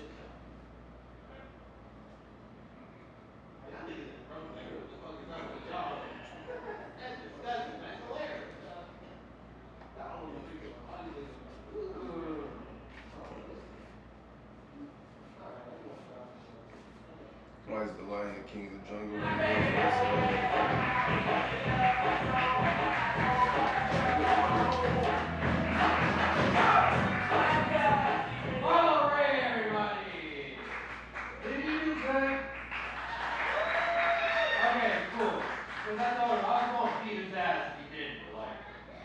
We're both skinny enough, like, that's a fair fight. Anyways, right now, I've got a special treat for y'all, like, she's been waiting, like, she's actually brave enough to actually shake it in this big-ass sausage fest, so I need y'all to clap for her right now. She brought cheesecake. How did it go? Right now, this Jewish motherfucker. Oh, no, it went what I expected. I was just focusing on timing. I was taking a little bit time for the jokes and like that. Because there were a couple times you did that thing where we all do it, where you're like, oh, okay, you're not feeling that kind of like that kind of like feeling it attitude stuff. We were like trying to gauge the audience almost. Yeah, I mean, like, I was back here listening, like, just, I can't really hear certain stuff, but I was back here listening. I didn't really like pick up until you did your Trump joke. I just didn't. It was. With that said, it was just the energy. Like I said, I wasn't focused on the jokes, just more of the timing. My approach was to go up there and just keep it, I would say cool, but just kind of slow it down a little bit. This is how it felt. So, I got the idea or the understanding of what I want to do. So I'm not mad about that shit. You got the map, you just got to figure out how long it takes you. If I wanted to kill it, I could go up there and destroy it. No, we all fucking know that. Don't get me wrong. Just kidding. JK. No. Just trying to try something out. Dude, no, that's what's up. It sounded really good. Like, I don't know. I can't watch stand up and listen to it in person anymore. Either I can just like listen to it off in the distance, or I can watch it and not listen to it. I'll put my headphones in and just watch the person and watch how they perform and whatnot. But the pop sounded fucking great, dude. No, yeah. I'm happy to hear the new Trump joke. I don't know how well it's gonna keep doing in rooms, but. No. Sometimes it'll get like a big pop, and then other times it's like that. But I think a part of it was just, like I said, I was just slow on that set. I feel like if I was a bit more quick with it. But sometimes I feel like if I'm quick with the joke, if I'm quick with the setup, sometimes I feel like I talk too fast for the audience. So it was just more of that. Yeah. I don't think I have that problem. They fucking showrunners here say I mumble into the microphone. I think I speak like tart, you know what I mean, very well, decently. You know, I don't fucking mumble into my mouth. And another thing is tone too. I went up there with the monotone. I didn't really feel like a tone change until mid-set. So. Yeah. Matter of fact, I think I kind of like heard that. I heard like your voice, not kind of like go up there like an octave or whatnot. But like I said, I went up there with that intention, and then I was like, it doesn't. Yeah, I'm still trying to figure out exactly the type of demeanor I want to express on stage. You have a good demeanor as it is naturally. Like you being your authentic self 100% on stage is the same as it is off stage. You know what I mean? It's how you do that without getting in your way of the feelings. Yeah. And I don't have the right energy or whatnot. I know you do. It's just how do you get it to flow? That makes no fucking sense at all. And makes sense. I can get the flow, but part of me feels like I always need to change. Maybe it's just me getting just used to everything. Okay, I know I can kill it like this. Let me see if I can do it another way. That's pretty much what it is. Yeah. You want to make yourself more versatile. That's been my challenge writing clean. So I think I have like 15 minutes worth of clean material. Realistically, it's probably about 7. Maybe even less than that. Like finished, polished, done, clean jokes. I'm trying to get 30, 40 straight clean. Squeaky motherfucking clean. Shit I could do in front of a 12-year-old. You know what I mean? That's where the money's at. Not for real. Man, but I love slang. I love cursing. I love too. And I feel like if I do write clean, I'm not writing it. I'm writing clean for them. I'm not writing it for me. I'm writing it for me. Yeah, but if I write clean, usually it's for other people. But you can always make it dirty. Yeah. It's easier to make a clean joke dirty than a dirty joke clean. You're going with that, so. You know, you could be, I mean, the ultimate goal is just fucking getting paid for being you. Authentically yourself, 100%. You know what I mean? You don't have to fucking be super dirty. You don't have to be super clean. You just, who you are. That's just fucking dope. I'm excited to see it for you. I don't know why I really called you in here just because I had the camera rolling. Yeah, you got the camera. You got put me on the spot. Yeah. You're used to it. You good, bro? What did you really think about the Muppet AIs? Are you gonna use it? Oh, dude, why were they so burnt looking? No. So you like saw the parentheses right afterwards, the mocha complexion. I added that after. So I just said to the AI, I was like, give me a black guy Muppet with a brown sweater and a white t-shirt and a flat cap. Other than that, you know what they were. And what the fuck it gave me? 14 of them. No, that shit was hilarious, dude. That was hilarious. And then I went back. That's why I added one with the goatee. The goatee. Damn. What the fuck is Arlo doing? We gotta chill now. I was just I wanted to go through all my fucking shit I want to talk about. At what age do you think farts aren't funny anymore? I don't think it's an age. I just think it's true. But I think at like 70 years old. Nah, I'm 70 years old. Oh, of course, but then not being 70, me being like not 70, having to take care of your 70 year old ass fart. Bro, I'm mad, bro. Why you fucking doing that shit? Do I gotta change you right now? I gotta wipe your fucking ass? What the fuck is wrong with you, bro? I just farting all the time.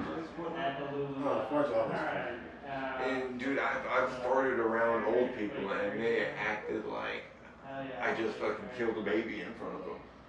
You know what I mean? I'm so sorry. I love that now. They're acting like I just fucking killed a green child. What the fuck is that? You need to sleep. You need to leave. What's the mistake though? Maybe. Protein powder. No. That's just a joke, really. Something to think about though. Oh, you know they say fucking women aren't strong. I don't believe that to be true. I know a woman who held a fart in for 4 days. She held a fart in for 4 days. That's strong as fuck. That's funny. Something about that's funny. These are all the fucking notes. I have a fucking shoebox. Yeah, just a fucking shoebox full of fucking ideas to try and explore. Why do fucking crackheads die before why do fucking crack dealers die before crackheads? Something about the fucking DNA of a crackhead just makes them fucking live forever, bro. I know a crackhead on my block that's fucking like 75 years old and still smoking crack today. Motherfucker's gone through everything, dude. He lost his fucking leg because of diabetes. Motherfucker still smoking crack. I understand why Leonardo DiCaprio. Because just hearing that, the shit I did, it didn't feel right.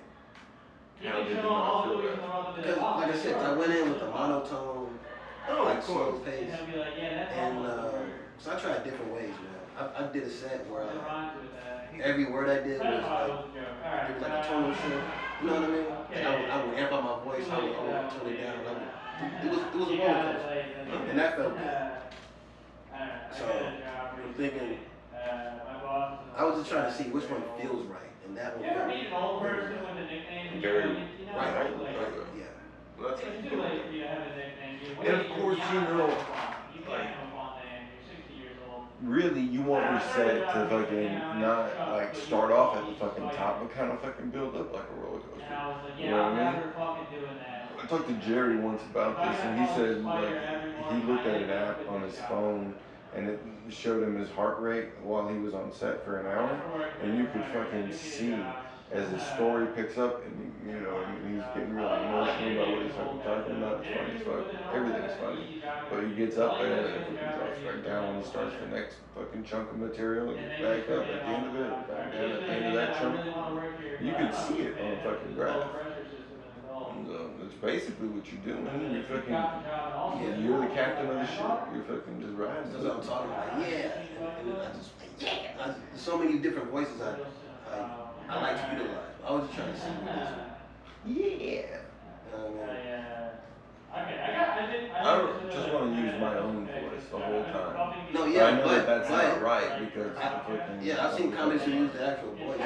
It's like the same tone throughout the whole thing. You gotta have waves to it. I guess. I was on a roast battle and yeah. Dude, I got my phone. Yes. Okay, so look at this fucking shit. Not to be fucking drama queen, right? But I asked to be on the fucking for the best of all that shit. Like, I've been booked for the best of, but somehow I'm not passed as a comic kid to be on the best of. These are what the showrunners fucking said about me.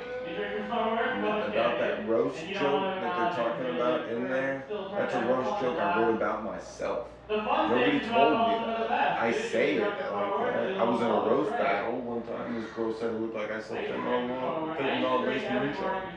Nobody ever told me that. I wrote that about myself. Every morning I would buy vodka from the same 7-Eleven. Every morning the same exact cashier would say the same thing to me. I'd buy my vodka and he would go, hey man, stay blessed. Brando sent you this? Yeah, but it's the chats from the people he asked. And I'm guessing, I don't know who it is, really, I don't know who it is, but Sandra, Larry Goodwell, Koo, maybe Mitra, Jamal for sure, I don't know who else, maybe Lotto. She still hosts the $2 bill. I don't know who hosts that now. Shit fucking changes all the time.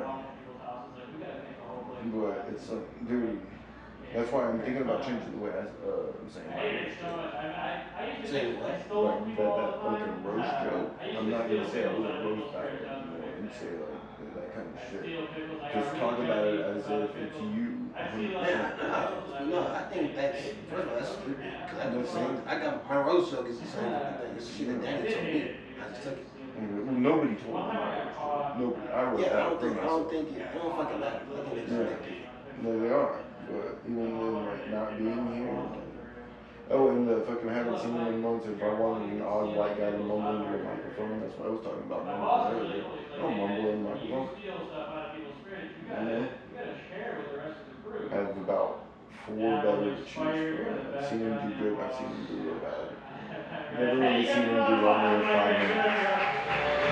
Oh, and that thing about getting personal or offended when I say no, like, of course you get upset. You know what I'm saying? You want to get on the show, and you ask and you're told no, and you're like, oh, well, fuck, okay, I'm not getting on this show, and we get out of here trying to fucking go catch another show. So I'm not personally offended. Give it up. I said, no, it's cool. No, really? For Mr. Justin Smith!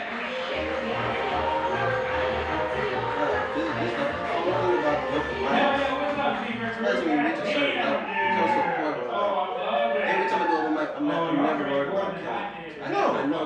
It's about new shit, dude. That's all it's about. That's all it's about. And like, I'm not focused so much really on what other people think about it either. I'm really just trying to figure out my fucking new shit. unfortunately, my name is Justin Smith. Now I recognize that is a very American right? You know, that's okay. I'm a very default kind of guy.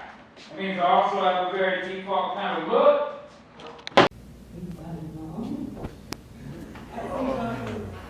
Oh God, we're walking into Dad. Dad's here to take him home today. I'm like, we're doing this. Here we go. So I walk up to him, I introduce myself, and I introduce myself. You know, Johnny is in my class. I tell him what I told you guys. I say, he's a really good kid. He's really smart. My only problem is his language. He says, oh. I don't know, kinda. He's saying boo, right? And I swear to God, 100% true. My principal is just an open door away. There's admin, there's teachers all around. I swear to God, his dad says, oh, he's saying that shit. And Johnny's like, yes, sir. Super fucking day. There's a PA on New Year's Eve, sir. Exactly. Alright, y'all been a great audience. Give it up for your host, Connie. Please give it up for Alex. Alright, this next guy, he's a surprise drop, and again, it is absolutely fucking phenomenal. Please, make a bunch of noise for the one, the only, Marlo Ray.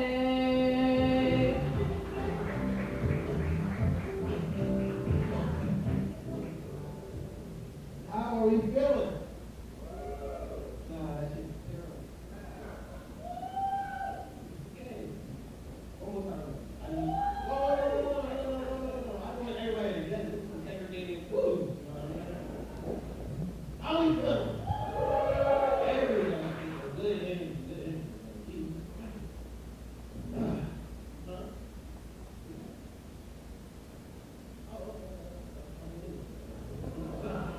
I'm joking. I heard you. Like what? I'm like, what do we do? I know.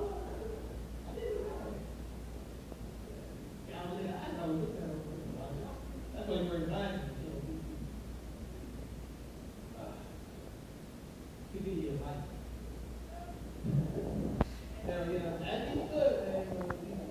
Wow, I was watching a little video talking about how this house and everything.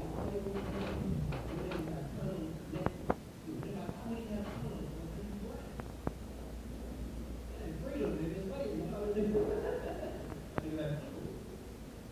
Honestly, I think that whole situation, the reason we can't relate to it is because we went, when you live in a different tax bracket.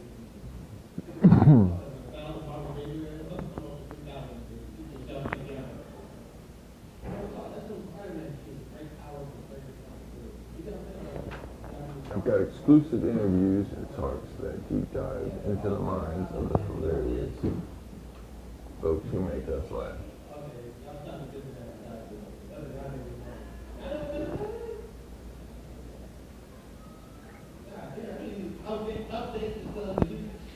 I've got exclusive interviews.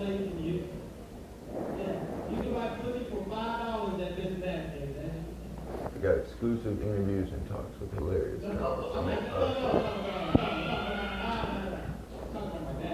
Dude on stage right now, fucking Marlo Ray, kill it. Man, I forgot how to say this. Hey everyone, I'm Chicken Joe Plug. Houston comedian, videographer, car enthusiast. If you love laughter, you're in the right place. I've got all kinds of crazy content, interviews, exclusive talks, deep dives with comedians. Everybody you see around me here on these posters that laugh, make us laugh.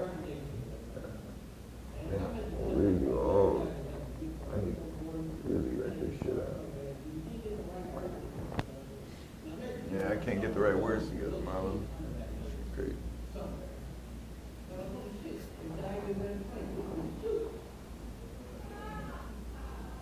Jewish jokes. And I was so shocked, I wanted to get her number, but I couldn't.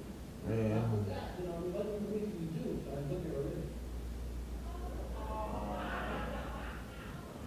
Y'all are the fun people. Everybody else is like, you don't talk about it. You don't care about it. It's funny. How the fuck did they get that? I just want to make people laugh, have fun, travel the world, have good food with good people, and enjoy the absurdity of life. He's gonna suck a dick, not me, bro. I'm just fucking. That's hilarious. How long you been here, bro? Hey everyone, I'm Chicken Kill Clip. Thank you for coming to my YouTube channel. Comedian, videographer, car enthusiast. If you like to laugh, you like any of the things that I just said, you're in the right place. I've had deep dive talks with really all the comedians back here that make us laugh. Talk about comedy, business, how to do all of this stuff, how to craft a joke, how to make people laugh, how to not be an asshole while you're doing a show.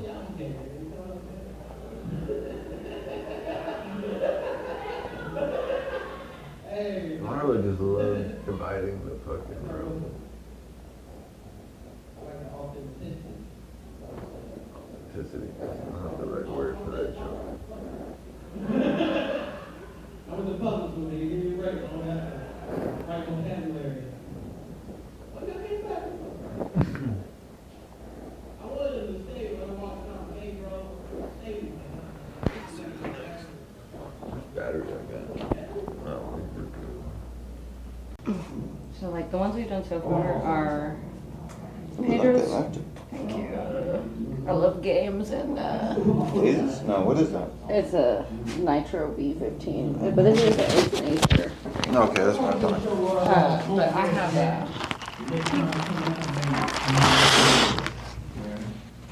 I like playing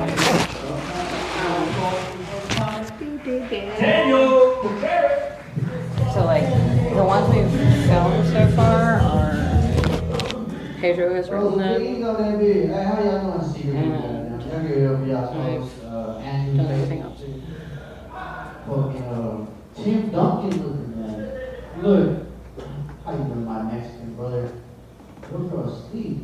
But so we've filmed a bunch of commercials so far. So the first commercial that we want to do is like for apartments, like a big apartments company, where there's like supernatural shit going on inside of them. So this is a really finished one so far. Like, it's not very loud. Greenway Plaza Apartments. Greenway Plaza Apartments. Greenway Plaza Apartments. The only time I listen to that audio about 5,000. I would kill myself. Turn the pitch down. Yeah, this isn't like finished yet. I like the 713-420-66. We should add another 6. A 0. I also think it's funny that it's not a real phone number. Oh, yeah. So we have that, and then there's like 2 more. 5x5. There's 2 more scripts. You said that was about like haunted fucking places? So it's like if we're like these 3, they all go together. I'll be out there.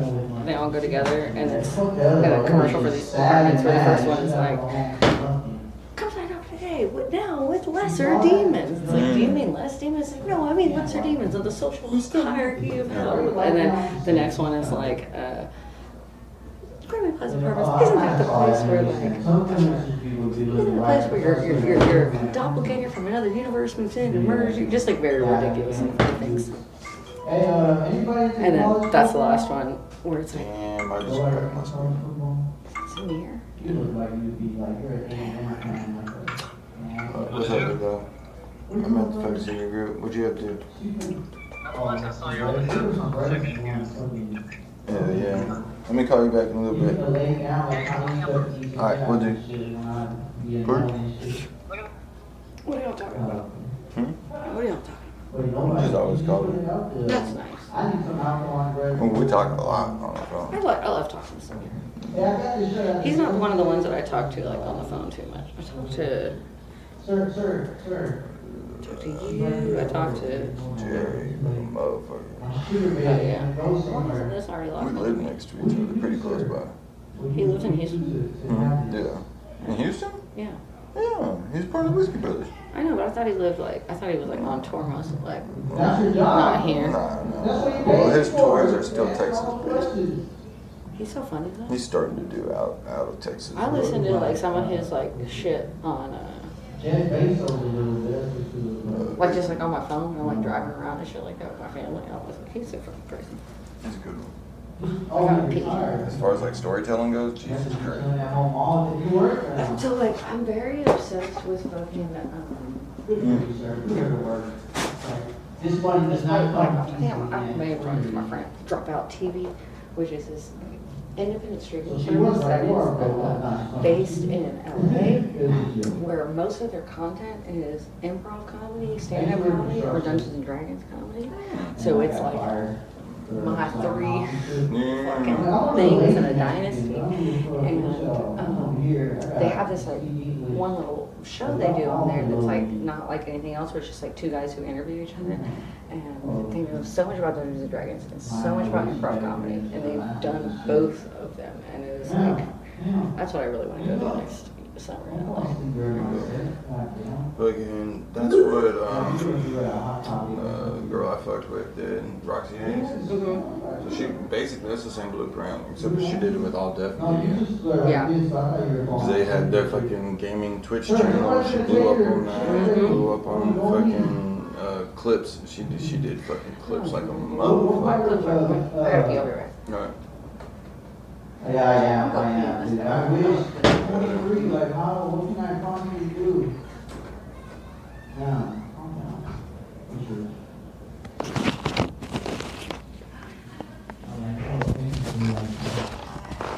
Okay. What about you, sir? You're Caucasian, right? Yeah. I don't know what the fuck I am. I gotta go to ancestry.com to figure what I am. You're Mexican, right? You like a white boy or something? Just not almost Mexican? You what? No. The alpha was talking. What how far is there? Okay. So you're at Tejana, that's what you are. Yeah. I like your shirt, your Pink Floyd shirt. I'm gonna leave you out with one joke. Somebody told me I'm mad as fuck. Somebody told me I look like one of the new Mexicans. That's what I said, but what does that mean? Like, you look like a Honduran, that's what you look like. You look like one of them. For sure. Yeah. Give me just a second. I want you to see this. I don't know if you saw it earlier. You look like one of them Papolito motherfuckers. Oh, your fucking preview? Yeah. Yeah, I did watch it. Look, y'all give it up to y'all host as you say. Thank you so much. Nope. This thing on Instagram. Yes, yes. Bitch, I'm probably one of those 2 likes. Actually, no, I haven't seen this one.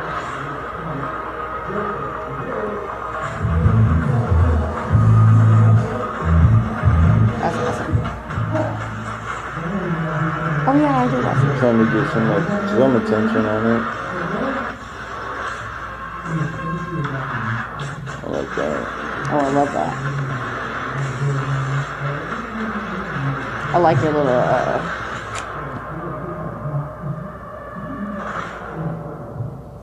I love it. I think one of the things your Instagram could do.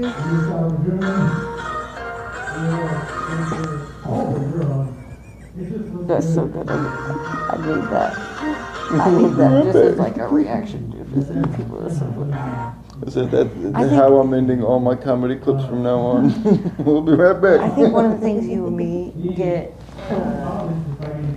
like not recognized for is like we have very genuine captions, and that doesn't read well.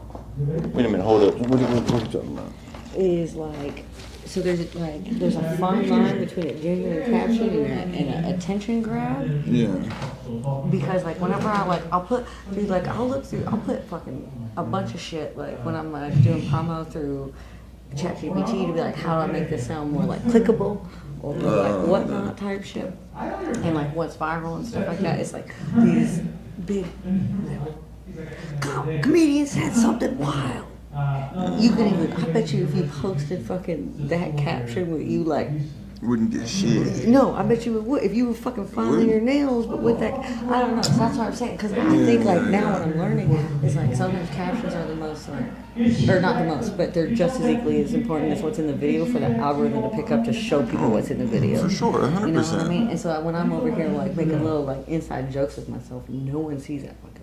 Of course not. And it pisses But me off, it's like how to translate that though to the stage is where it's like, you know, most beneficial, especially if you write your little thoughts down and all that shit. I don't use ChatGPT to like for captions or whatnot, but I do use AI for art, like so that's like posters I or whatever. don't usually like AI for art. I use it for the copy that I make for any time like the word like copy means in promotion and like producing like when you know you read a post, it's like, come to this on September 27th. It's a blah blah blah blah badass show.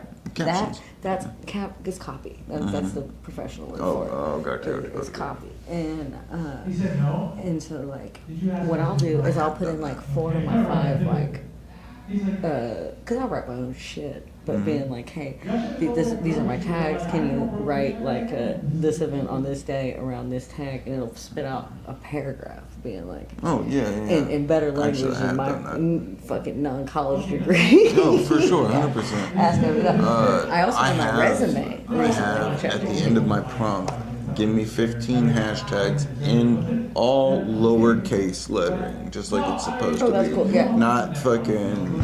So you can say with hashtags and it'll fucking do uppercase and all that fucking shit. Like that's not how it works. I think that actually fucks you if you like post that with it. That's what I think, dude. Because like me and all my friends who like post and like shit like that, I think we all have our own like conspiracy theories about how like the algorithm. I would love to like get together because like one of my like algorithm theories is that like it has to be during a certain part of the day, which is absolutely true. It can't like there's just this like little things that you can do that I always am worried about. One of the things I want to test now is so like me and Pedro are about to like release these sketches. Mm-hmm. I wonder if the more accounts that post them originally and share the other accounts, because I have like, because it's like my account, Pedro's account, and then we have like a separate comedy account. Because if the algorithm is reading visually that now 3 people are posting a similar content, is that going to be more popular or is it going to get vetted? I don't know. So. Or which one from which account's going to take off. Yeah. And then again, also now when you share something and it's got material from another post or whatever, it automatically tags that person. And in that same vein, I was thinking about, like, I wonder if somebody who, I don't even want to, like if somebody who was trying to come out with like kind of successful, and we've almost seen this kind of work with somebody else, but kind of come out with their own successful videos, if padding the account with external content is beneficial, which I think it definitely is. You've seen it. But then it gets to the point of like the artist where it's like, I'm a fucking comedian, man. I'm trying to post my clips, my jokes, whatever. I'm not trying to post no fucking random ass shit from whatever. But that's what's gonna make you popular. do it. Yeah. Oh yeah, I've done it too. And so like, for YouTube, that's how I got my YouTube so big. I shared old school Tex Avery cartoons. Exactly. And that fucking shit popping like a motherfucker. No, exactly. Let's go upstairs and smoke. Our friend Peyton is waiting for us. Oh shit, let's go. No, Peyton, just like we should. You guys. Fucking crazy. Happening since Chicago, which is crazy. I know, we won't get it. What you want to talk about? Short documentary I'm making. On what? Can I get 5 minutes? The most fucking dreaded question Oh, yeah. to ask a booker and the most fucked up fucking shit to hear. You know what I mean? Yes. It's No, fucking I shit, got my you opinion know? already. Yeah. Right. So here recently, some shit has been said about me at some fucking clubs about how one thing that was mentioned was that I get fucking like completely upset and take it personal when I get told like I can't be on a show. And it's like, it's not that I take it personal at all. We all have our hopes about fucking getting on stage, and when you're obviously told no, it fucking sucks. But I don't throw a fucking pity party about it, and I don't fucking like sulk around the fucking room. You say no, cool, I'm fucking out. I'm going to the next fucking mic and trying there or doing whatever it is. I don't get upset. You know what I'm saying? But also, I mean, I don't book shows, so I don't have that perspective. I don't even run shows. Like, you know what I mean? Yeah, For people. I think I kind of get what you're correct. Both sides is. I'll start with me as a booker. It really shocked me. I don't think I understood the amount of self-promotion that people do in that kind of way where they ask for 5 minutes. Like, I really did not understand that till I left Houston when I went to Austin, and I'm shaking fucking babies and shaking babies, kissing hands, and trying to make friends and stuff like that. And every person, whether they came with me from Houston or they're, and I'm talking about men, really, they're not afraid, and it's something maybe just, I'm not trying to speak for all women by any shape of the mean, but like for me, I always felt very uncomfortable being like, a little bit apprehensive? Yeah, I never, my first year and a half of comedy, I never asked for a spot. I didn't ask for a spot till almost 2 years into comedy, and it was everything that was given to me. And then now when I hear from older male comics talking so much major shit about, you can't fucking wait for anyone to give you a blah, blah, blah, blah, blah. Nobody tells us that. Women are, and I don't need to say women or whatever, but I mean, when we go into a space, I at least am trying to be super respectful. Of course. And so it always felt very weird being like, hi, I'm a fucking nobody. Can I get 5 minutes on your really cool show that like lots of people paid for? And then when I went to Austin and I saw every random motherfucker in the world asking for a spot, I was like, there is a sense of, there is a slight sense of delusion you have to have in this game. Oh, 100%. That I didn't think I realized that you had to have before. And this is about a year ago now that I realized this. And so like this little bit of delusion that yes, I can get that spot because I do. And then the other end of it is as a booker, I'm like, motherfucker, you asked me last weekend. You asked me last weekend. No. But when it's someone like you, when it's there's I hated that I fucking asked for that fucking Sunday at the secret show, and then I got booked for the improv. The improv. And I'm like, I'm so sorry. It's the But that's a good improv. excuse. I gotta. And so that's why I tell theater kids too, because like Yeah. theater kids who've ever wanted to do stand-up comedy, that's where I come from. Is like they teach. I'll give you some time. Well, no, they teach. I don't know how to say it. Like time management and like a very like if you sign up for a show, like that's your show, like type shit. Like you have to be stabbed to not like show up. Oh. And so like, and if that's your show, that's your only show, kind of that night.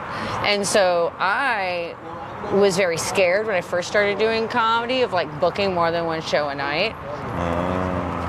Because I'm like, I need to be there. I need to be there on time. I need to juggle this, and I don't want to look kind of weird or any kind of way. And then like, I told somebody that was a theater person being like, oh, I have this other show. I was like, just say yes to both. Sign up for both. You might not get both. That's the nature of this beast that we do. Oh, 100%.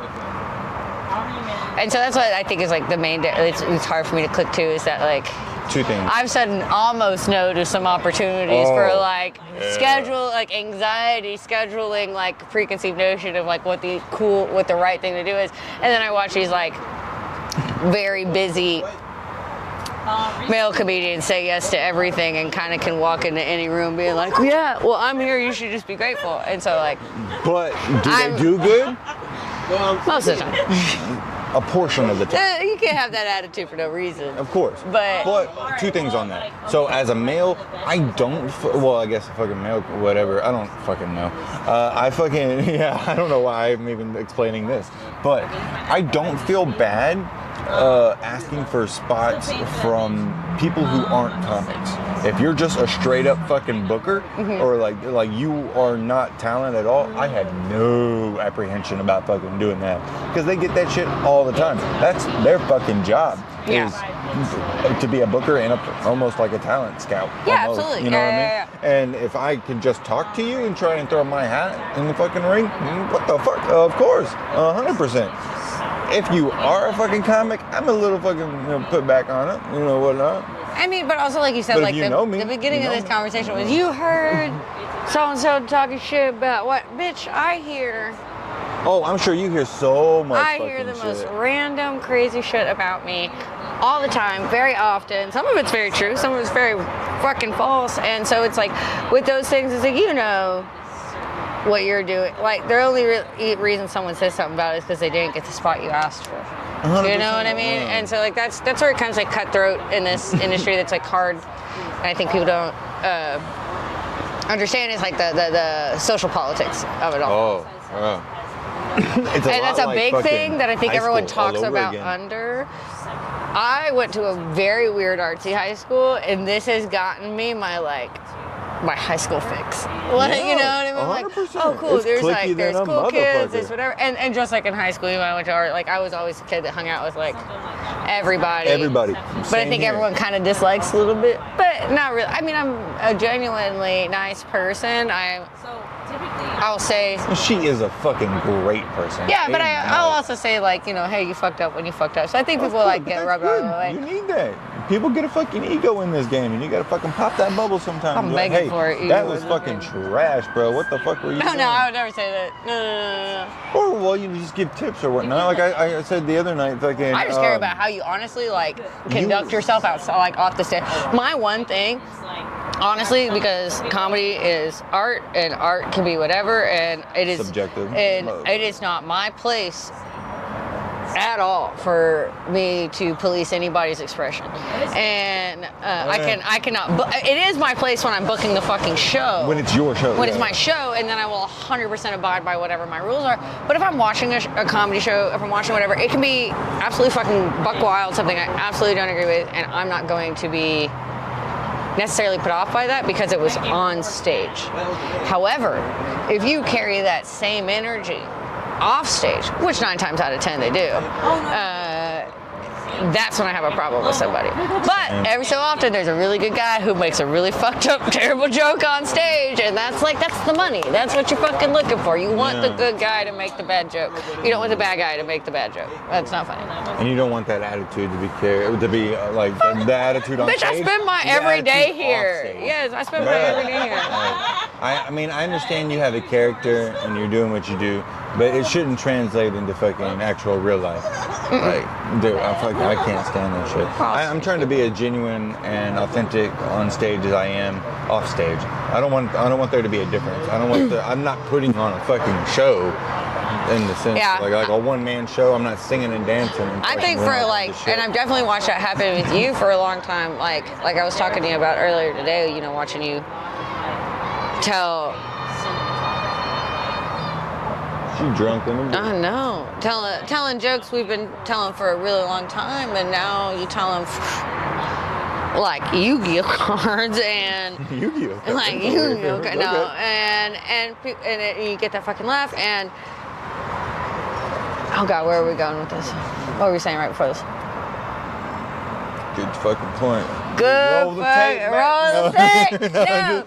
But, But I think what I was getting at is like we're at this point where it's a rehearsed thing. Oh, we were talking about being ourselves on stage. Yes. And authenticity. I watched you, I think, at the beginning, and I think definitely you're still watching me in this process because I'm not out of it. I think you're getting out of it. I don't watch her when she's on stage. No, I'm just kidding. That was just the That's funny not thing to say. true. It was just Absolutely the funny not thing true. to say. But that you and me, like, originally we're like, we're gonna put on this costume of ourselves. Yeah. If I'm gonna hit that, Bumming ass motherfucker. Let me hit it one more time and you can kill it. No, don't tell him that. I have one more. Yeah. But now, I think it's like you set the words up and then you rise to the occasion. like I think we sorry microphone. That we all like that.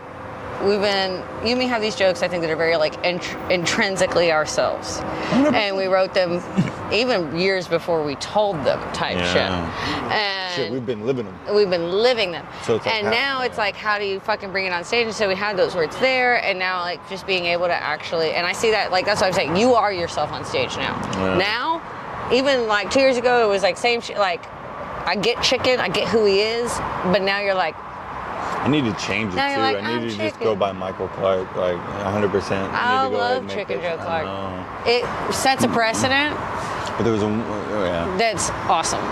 There's Because just when you get this, because if there's a Michael named you is a whole other man than That's like the fucking no, asshole. That's a fucking three-time Michael's fucking a guy- felon and pistol whipped dudes on fucking Michael's Tuesday the guy 'cause he was fucking who has hungry the and needed some money. grossest trailer in the trailer park. It's a van, but yeah. Like- No. Chicken has the van. I'm Yeah, getting yeah, there. yeah, I got you, Michael's got the fucking trailer in the gross trailer park. Two Chicken's trailers. got a van. Chicken's going somewhere. Chicken got wings. He can fly. Okay. You good. You good. But I feel the same. Dude, I was joking around. I was like, I'm going to change. I was like, what if I just went under a different stage name? Instead of just like a fucking white bitch. like Tanya I know. But it's my real name too, so it's also so close.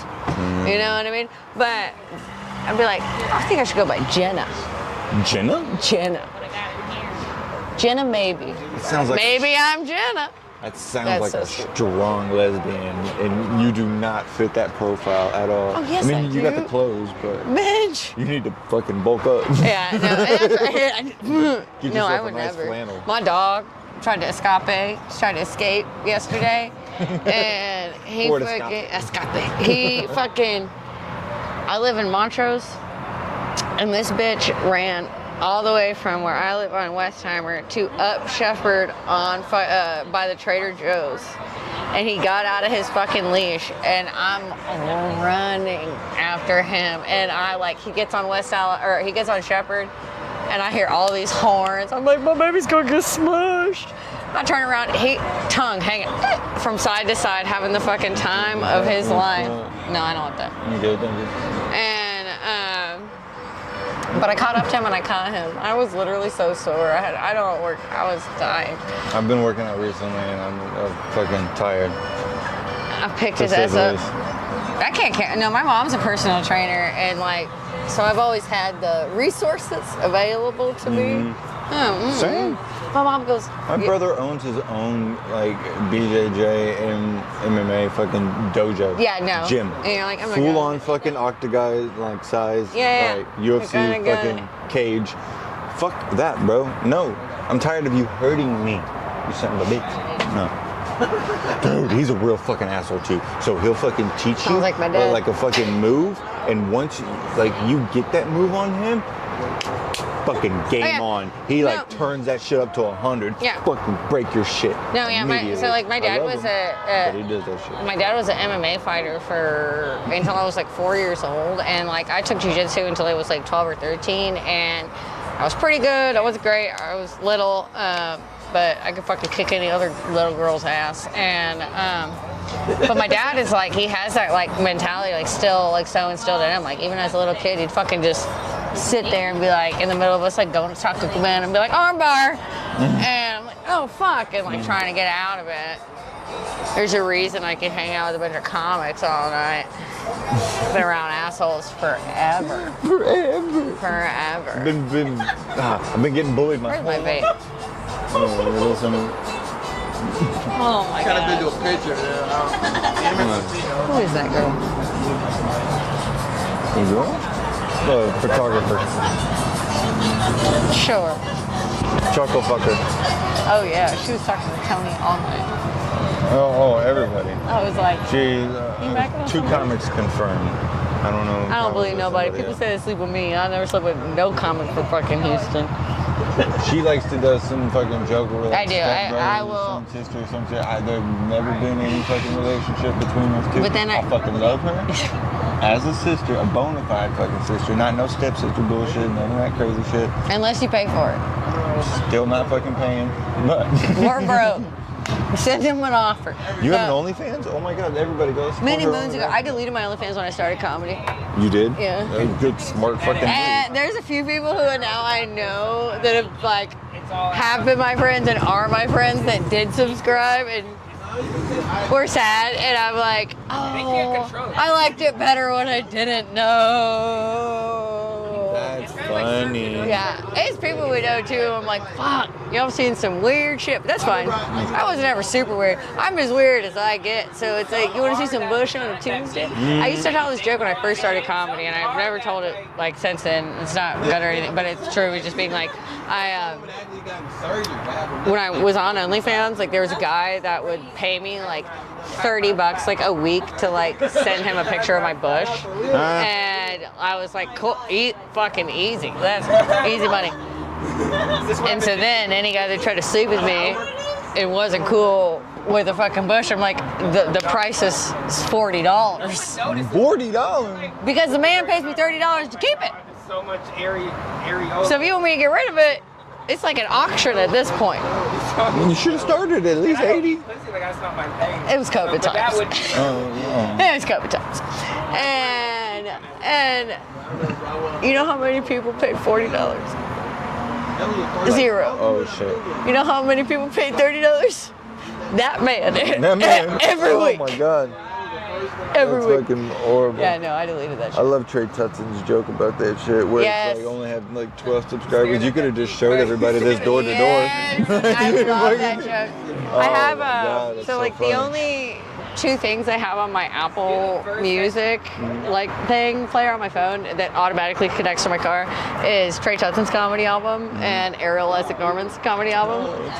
You know, Trey Tutson is a black man from Houston, and Ariel Isaac Norman is a lesbian white woman. She's from Houston too, but she lives in Austin. And I have this joke where like I've told both of them that I like to play it on shuffle and act And it like just they're bounces talking between- to each other. That's fucking hilarious. That's fucking hilarious. Bit after bit, they just Bit after bit, just back and forth. That's funny. Really good comedy album too is Bryson Brown. He's from Houston. Yeah. Yeah, he's got a really good. So is Longmire, like we were talking about, Yeah. he has a good one that's on Spotify. It is. I didn't know it was on Yeah. Spotify. Andy's on Spotify. Andy's on Spotify. I love like my favorite thing in the world is showing people Andy. It is like invite you to a comedy show that Have you seen the Andy's on and just watching the audience go from like to in a Yo. split second. Check this out. So this is a story from Andy. You know, I wanted to do those fucking videos where I asked the comic what was their first car and all that fucking bullshit. Well, I want to do it with Andy. Andy's never owned a car. Never. Not Me once. and Andy have more in common than me and anyone in this entire scene. so we both hurt. We love the Astros. We wake up at the same time. We've never had a car. We live in Montrose. That man, when he posts, I want to be like, that's the most relatable thing I see every day. Have you seen his old shit? Yeah, Oh absolutely. my God. There's a story he tells about being in jail for drunk driving, right? And he's in the holding tank. He's watching King Kong. He has to explain the plot to the fucking jailer because he's never seen a fucking movie, doesn't know what King Kong is. Like, what the? And he's just going through, those old stories are the fucking best. You know, I'm really, really good friends with Rob Mongol. And Andy Huggins used to throw fucking beer bottles at people on stage. Like, drunk Andy stories are the That's what I'm saying. fucking best. And, like- they used to start fights. And so everyone when always says comics that were bombing. this is between us, but then everyone is that like everyone will always say that Andy Huggins hates being around a drunk bitch. Yeah. No. He sat with That's me when I first started doing comedy, like maybe like a year after I'd started doing comedy. We were sitting at Rudyard's. I had just a plastic cup full of chartreuse. You guys are good. You're good. Oh yeah, you're good. You're good. Yeah, go ahead. I'm waiting on somebody to ask about it. Oh, okay. Yeah. What's the deal? What's the deal with the camera? We're just recording a conversation. Just talking. Yeah. Oh yeah, no, y'all won't be on it. Vlogging or what? Sorta? Kinda. Yeah. I'm trying to make a little documentary. Yeah. YouTube channel or Yeah. Chicken Joe Clark. Chicken Joe Clark. You're part of that? Who's that? It's this guy. How you doing? But he has had a camera forever, and he's been taking pictures and videos of like our sets and like us talking, and for a few years now. So he's trying to put it all together and make a thing. Yeah, I get a lot of behind the scenes footage of comedy. Oh, cool. I'm doing that shit too. Okay. That's what that shit is. That's cool, you didn't give me talking shit to that guy. No, which guy? Which guy? Which guy? Probably me. Which guy? No, it wasn't that guy. No, it wasn't. No, it wasn't her. No, yeah, just now. No, you were. She wasn't the first girl. What Don't did- worry. what No, did she he wasn't the look first girl. like? It wasn't you. What did he look like? No, we were up here. Who was bet I it? What could did he look fucking like? figure his Was it name him? No. Saying shit about everything. No, I love She said shit about Was every it him? Was it this guy? I was winning. No, That was the difference. Yeah, you're like, She did talk Jackson is a bona fide I comic. did. Yeah, I was like, okay. I'm sorry. No, you helped it. It was no, I don't. Yeah, I'm not scared. You know me. This is my favorite person. He's Back up. amazing. No, you were giving. There you go. There's insecure dudes that like you talking to. But we out here these people. No, half these men have never fucking talked to. Like, I'm the only woman they've ever talked to, and it's crazy. It is crazy. Yeah, when I heard you talk, I was like, good. I was ready. I was like, As I said, I was like, I'm one of the only women these men have ever fucking talked to. 3 minutes. 3 minutes up later. What the fuck does that mean? Who was it? No, I don't want to. Oh yeah, fuck that. Bone saw. What are you doing? Just kidding, fuck that guy. is he like?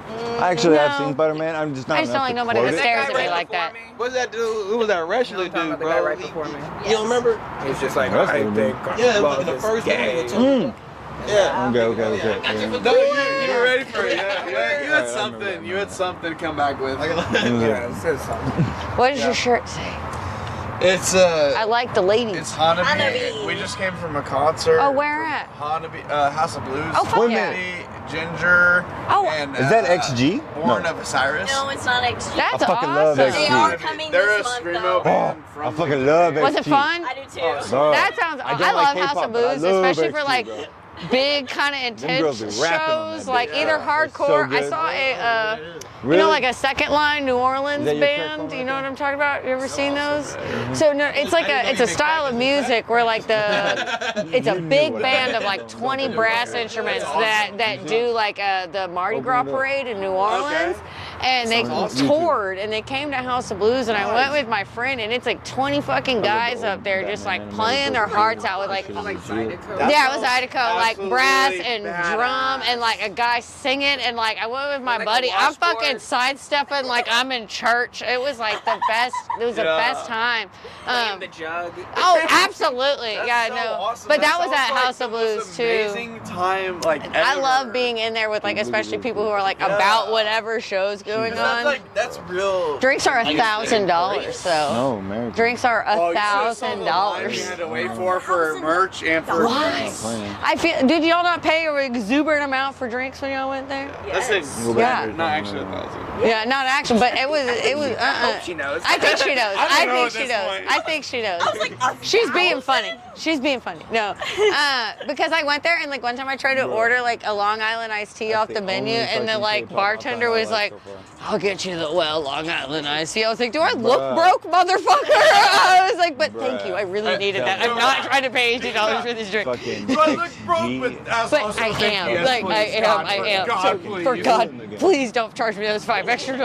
Please, for the love of God. Do I look broke though, for real? Yeah, it's an insult. A little bit. A little bit. A little bit. A little bit. A little bit. No, it was Yo, cool. just a way bit, bro. We both hadn't been to the House of Blues since we were in high school. Oh, nice. You know, so it was cool to visit. Well, remember. Back on tonight? That's it? Going home. You going home? So y'all, like, do you come? First off, thank you. Yeah, that's great, dude. I really appreciate it. I didn't know what I was doing at first with these interviews. Yeah. I just started like capturing them. Like, Do you have a lob mic? What do you got? How you mic'd up? Oh, well, I'm just running off. Running off camera sound? Yeah. That's the next step. Yeah. You gotta get you mic'd I up. have mics. Oh, no. We can do it real quick if you want to, but I just wanted to be quick about it. Yeah. So anyway, thank you for doing this. Yeah. First question, I always ask everybody who comes through, what was your very first vehicle? My very first vehicle? Yeah. a 1988 Honda Accord hatchback. Yes. I knew it was something dope. I fucking love it. It was from a police auction. My mom's friend, who's a mechanic, got me. It was standard. Standard. It was a piece of shit. It broke down. It broke down a lot. But it's a Honda. Yeah, master cylinder. It had like 170,000 miles on the engine. It was wild. Yeah. I always ask that question because Houston's known as Clutch City. Okay. And everybody always thinks it's sports. It's not. We have the most manual drivers per capita of any other city, any other state in the United States. Fuck yeah, Houston, good for you. That's the widest fucking freeway in America. No bullshit. Really? 22 lanes across at its widest point. 34 if you include the medians and sidewalks. That's insane. Right? So that's why we're called Clutch City. Okay. Nothing having to do with sports. It's so automotive funny. related. Yeah. And that's why Houston looks like a big racetrack. We have our inner circle, another loop, and another loop. You guys just love gasoline. Dude, fucking love it. Second question, is there a lesson that an older comedian or mentor taught you that you could impart on younger comics? Anything that comes to mind? I mean, there's a lot. I think I've learned a lot. That's how you learn a lot of is by talking to older comics and hanging out. But probably the best lesson I ever learned was just don't be a dick. Because this is a fun job. So why be a dick at a fun job? Exactly. Why ruin someone's good time? That's great, man. Even if you're having a bad day, just, get through it. Exactly. Don't bring anyone else into it. Power on through. Yeah. It's simple and fucking great. Just don't be a fucking dick. And there's so many fucking dicks here in Houston, so I'm fucking glad to hear it from somebody who's fucking made it, man. Oh, well. I just started doing this like docu-series thing. I'm calling it "Can I Get 5 Minutes?" Yeah. And it's the most like dreaded question to ask like a booker or another comic or whatever, and it's one of the worst questions to hear from that other perspective. Yeah. So I want to use like that. Oh yeah. Yeah, absolutely. And before we get out of here, I told you last night I love your trading card thing. Oh yeah. So Fuck I yeah. have a gift for you. All right. 2 UFC. Yeah, dude. Hoist Gracie and fucking Rogan, dude. That's fucking awesome. Rogan with hair. Shout out. That's awesome. Thank you so much. Yeah, man. I Thanks, really man. appreciate it. Have a Absolutely. great show, dude. Thanks, dude. Yes, sir. Fuck yeah. With hair. With hair. Do you have any UFC cards? Or like No, okay. And those are actual like top official cards. I'm gonna get Rogan this night. Oh, whoa. Yeah. Hell yeah, dude. Yes, sir. Hope to see you on the road. Yeah. He comes out to our open mics every now and then when he's feeling like working on stuff. Hell yeah, that's what's up. Working on stuff. He's been doing the same shit since. Dude, I know, right? Yeah. That straw joke. I can't tell you. You heard about this Bill Clinton? Oh, man, it's so funny. We'll be back up. Yeah. We are rolling. Tyler, last name? Arsenault. Arson. Yeah, Cajun as fuck. Cajun as fuck. It's like the road Boudreaux out here. 100%. Yeah. All right. I already explained to you everything in the background. So first question, selfish question for me. All right. What was your very first vehicle? My very first beer? Vehicle was a Nissan Maxima, 2000 Nissan Maxima. Yeah. Okay. Yeah. What color? It was white. White. How long did you have it? What ended up happening to it? I had it for about 4 years. So I got it my sophomore year. I replaced it sometime early college just to get a new car. Yeah, I just replaced it, traded it in. Nothing bad happened to it. I did wreck it immediately when I got it, though. Within the first week of getting my license, I wrecked my car. There's always something to everybody's first car. Yeah. That's hilarious. I asked that because Houston's known as Clutch City. Have you heard Clutch City? No. I didn't know that. That was one of our city nicknames. We've had it for a long time. Everybody thinks it's because of sports or something like that, and it's not. It's because of cars. Oh, okay. Houston has the most manual drivers per capita of any That other makes sense. city, any other city. Is there a big street racing scene here? Huge. So There's an event called Texas 2K, and then whatever year it is, the last 2 digits of the year, and motherfuckers from all over the world come here. That's awesome. That's awesome. I ended up at one point getting what was my dream car at the time, which was a 2007 Subaru STI blue, Subaru blue. It was the perfect car. Did you have the pink emblems on it? No, it was the red, just the regular red STI emblem. Okay. It had black rims, dude. It was the dopest car ever. The insurance was more than my car note. Oh, of course. Yeah, it didn't. I had to get rid of it. It was too expensive. Oh man. But yeah. At least you owned it for a little while. Yeah. And then I went down to a '94 Acura. But yeah, I drove manual. I drove only manual for about 10 years. Yeah. Okay, so a lot of people I've asked that question to have not like driven manual. Yeah. And I've interviewed a few international comedians. Okay. And bro, their first car was like a fucking tractor. Yeah, for sure. This fucking Yeah. girl in Ireland. The first thing I actually drove was a fucking tractor. So I know about clutches. Or, there was this Russian guy. He had a Skoda, which I really fucking love. It's like a little Nissan 240. Okay. Those 240s are dope. I love them. But okay, so that's my selfish question. Oh, yeah. And that's why I asked that. Second question, who should be about comedy. So I want to know is there a piece of advice that an older comic or mentor that has helped you along your path given you that really stuck with you and resonated like in you? Yeah, absolutely. What would it be? Yeah, absolutely. The biggest one, I think, is don't compare yourself to your contemporaries.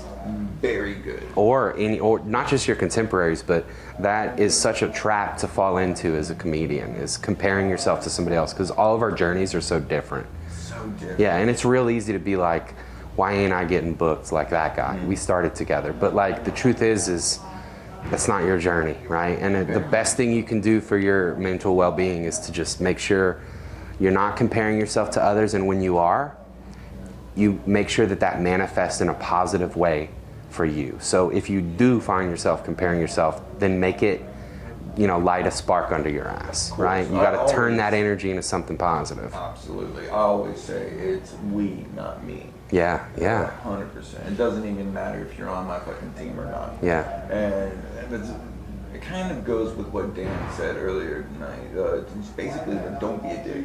Yeah. Like keep your ego in check. Because there's a lot of fucking haters in the scene, of course. Well, I didn't really know about Louisiana scene, to be honest with you. But comedy as a whole. Absolutely, yeah. And we all have the same goal, but the goal's not defined for everybody. Yeah. We all want to just get famous and work, and I think essentially get paid for being ourselves. Yeah, that's the goal for me, is to not have to work for someone else. 100%. If I can figure that part out, everything else is extra. To be honest with you, I probably wouldn't be as far as I am if I didn't have a camera. Yeah? And I wasn't like really trying to like push to like try and do certain things. Yeah, you need that outlet, man. Well, not just for me, for other people. Yeah, that's awesome. Other people want 4K quality of their fucking video, Yeah. not whatever the fuck we're rocking here. No, I know. I pay for the videos here sometimes. I know how bad they are. The fucked up thing is that I worked here. Yeah, so why can't they just up it a little bit? Get a camera. It's all good. No shame at all. Yeah. Might seem like it, but there's none. Yeah, right. Get a 4K camera. Come on, who's paying the bills around this motherfucker? I mean, it is. No. Thank you very much. Yeah, man, that was awesome. Really Thank you so much, appreciate man. it. I It's don't good seeing know you, when chicken. it's gonna come out. Oh no, man. Can't promise you nothing. I'm just happy to be a part of it. I appreciate you, brother. It's good to see you, chicken. Likewise, man. I don't think so. So it's like behind the scenes VH1, like about like the band looking thing, but it's about comedians. So a lot of fucking famous comedians now have a video from 10 years ago, 15 years ago when they weren't like That's dope. popping and whatnot. Yeah. And it's like a little glimpse into their life, and then a little fucking stage time and back and forth. Fuck, do I got my phone? So it's like It doesn't matter. Anyway, the idea is, name of it, can I get 5 minutes? The most dreaded question to ask as a comic, and one of the fucking worst questions to fucking hear as a booker or showrunner. That's the name of it. And then the idea is kind of what I've been doing so far. One question about my fucking personal fucking bullshit, and then a question about comedy. Alright. 5 minutes. Cool. So, comedy question. Well, I guess since we've already done the car one, I'm gonna do 2 comedy questions with you. First one. Well, first off, Nick fucking Palermo. Nick Palermo. Fucking Hi. know him. Please follow him on Instagram. At Nick Hates People everywhere. Everywhere. Yeah, the website? Yeah, NickHatesPeople.com. That's right. I love that website. Appreciate you, man. Such a good one. Thank you. The fact that you own it is dope. Right. Anyway, first question. Is there a piece of advice that a comedy mentor or just someone you looked up to has given you that really stuck and resonated with you in your time of doing comedy? I've gotten so much good advice. It's really hard to pinpoint just one. Yeah. Yeah. Man, that's a very good question. Okay, let's do this. What is the first one that like popped into your mind? Oh, Drew's on stage. Drew Hallway is the best. We gotta go see this. We do. You want to? Yeah. Okay, let's go. Fuck it, dude. Stay mic'd up. We're gonna watch. Stay mic'd up. All right. I can talk while I'm doing it.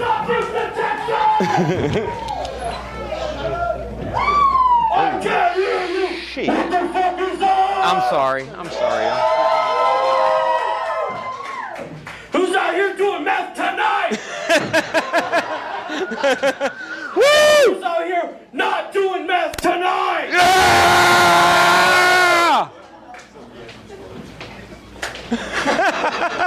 Who's out here eating eggs tomorrow morning? Yeah! Where my lactose intolerant bitches at? Woo! I can't drink milk either. It fucks my ass off. That's a man done.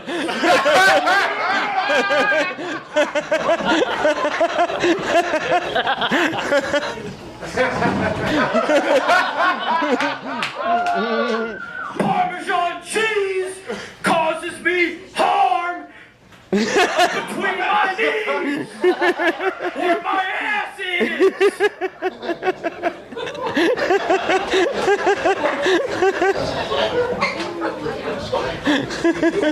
Y'all ever been to Sonic Drive-In? The fuck is up with those mozzarella sticks? I can get 15 of them with wine marinara sauce. What am I fucking gay? Yes, sir. But that's unrelated.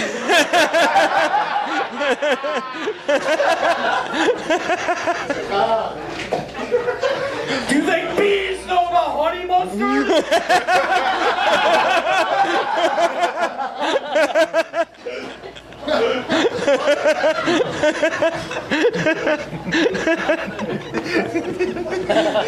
Holy shit.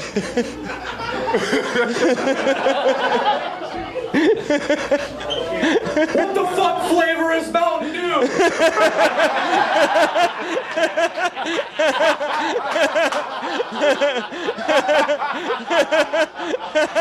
How come Code Red tastes like an emergency?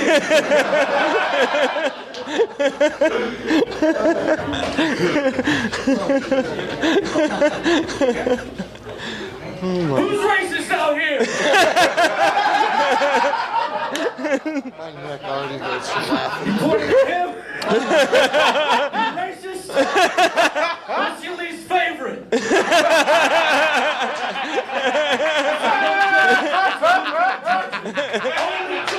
Who you hate? Who you hate? White people? That's a hack answer!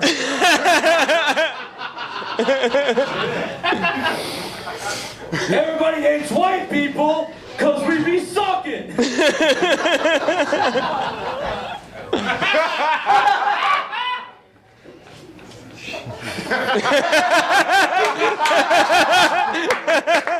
Woo! Where the Jews at? That's an impression of Hitler in the 1930s.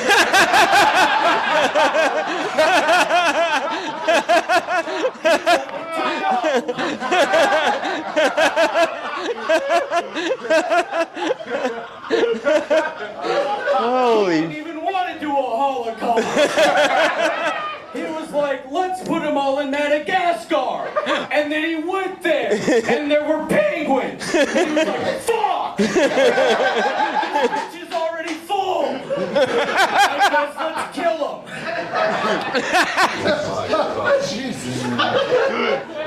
No! They never addressed that in the show, The Penguins of Madagascar. Those motherfuckers killed the Jews. That's why one of them was a Polak named Kowalski.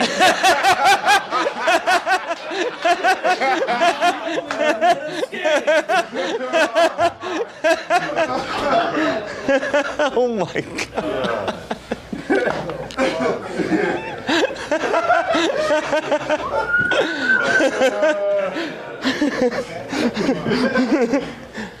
So y'all dating or just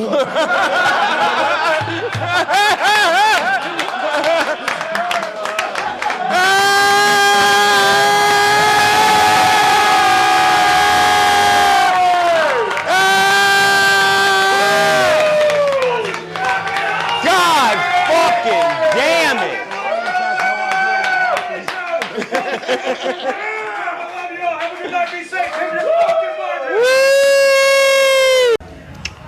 Back from that fucking masterclass. Holy shit.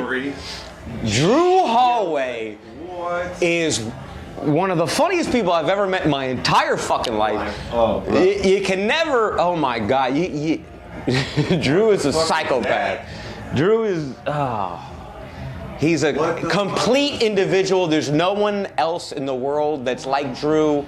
There's never anyone gonna be like Drew. That shit was insanity, dude. Nazi Madagascar. Who the fuck can pull that off? You think bees know about honey mustard? Oh my goodness gracious. Dude, so goddamn funny, bro.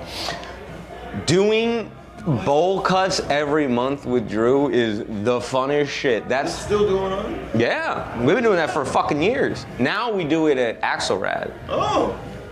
Dude, that is by far my favorite show. So what is it? You watch old movies and some shit? We- Like Mystery 3000 or whatever? Yes, but it's like, it's filmmakers, and then they play one of their early work, and we roast the shit out of it. Like Mystery Science 3000 or whatever the fuck. And then they play like a redemption or whatever. But it's just me and Drew roasting the shit out of these people's art. It's fucking phenomenal. It's so fun. We just make each other laugh. Like, oh, it's so fun. Drew's a national treasure. Drew Hallway. Crime Committer 69 on Instagram. Oh, dude, so goddamn. Even the name. Crime Committer 69. It's just fucking beautiful. Well, he had another one. It was like something along the lines of international espionage. I don't remember. He's what it was such a called. funny It was so motherfucker. goddamn funny. God damn it. Anyway, All right. a piece of advice that a fucking higher up mentor comedian has given you. So,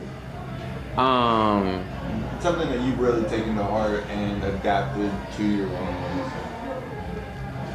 man. So it's like a couple different things. Like when I first started, Ali Sadiq did like a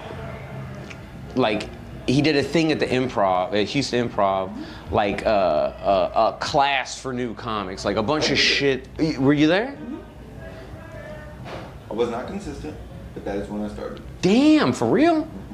Shit. So okay. Because after Ali, when I came back to the fucking class, it was Barry Laminack. Barry Laminack was doing it for 6 months. And honestly, Barry's little class, his hosting class, taught me how to host better. And that's like when you start, that's a good. Which is honestly, hosting is an art in and of itself. It is, and like the hardest thing or the weirdest thing for me when you're hosting is like how to set, because when you're hosting at a club, they want you to, you got to do like the intro, welcome to the club, no talking, here's the bathrooms, blah, blah, blah, that sort of shit. You got to do your flight attendant shit for a club.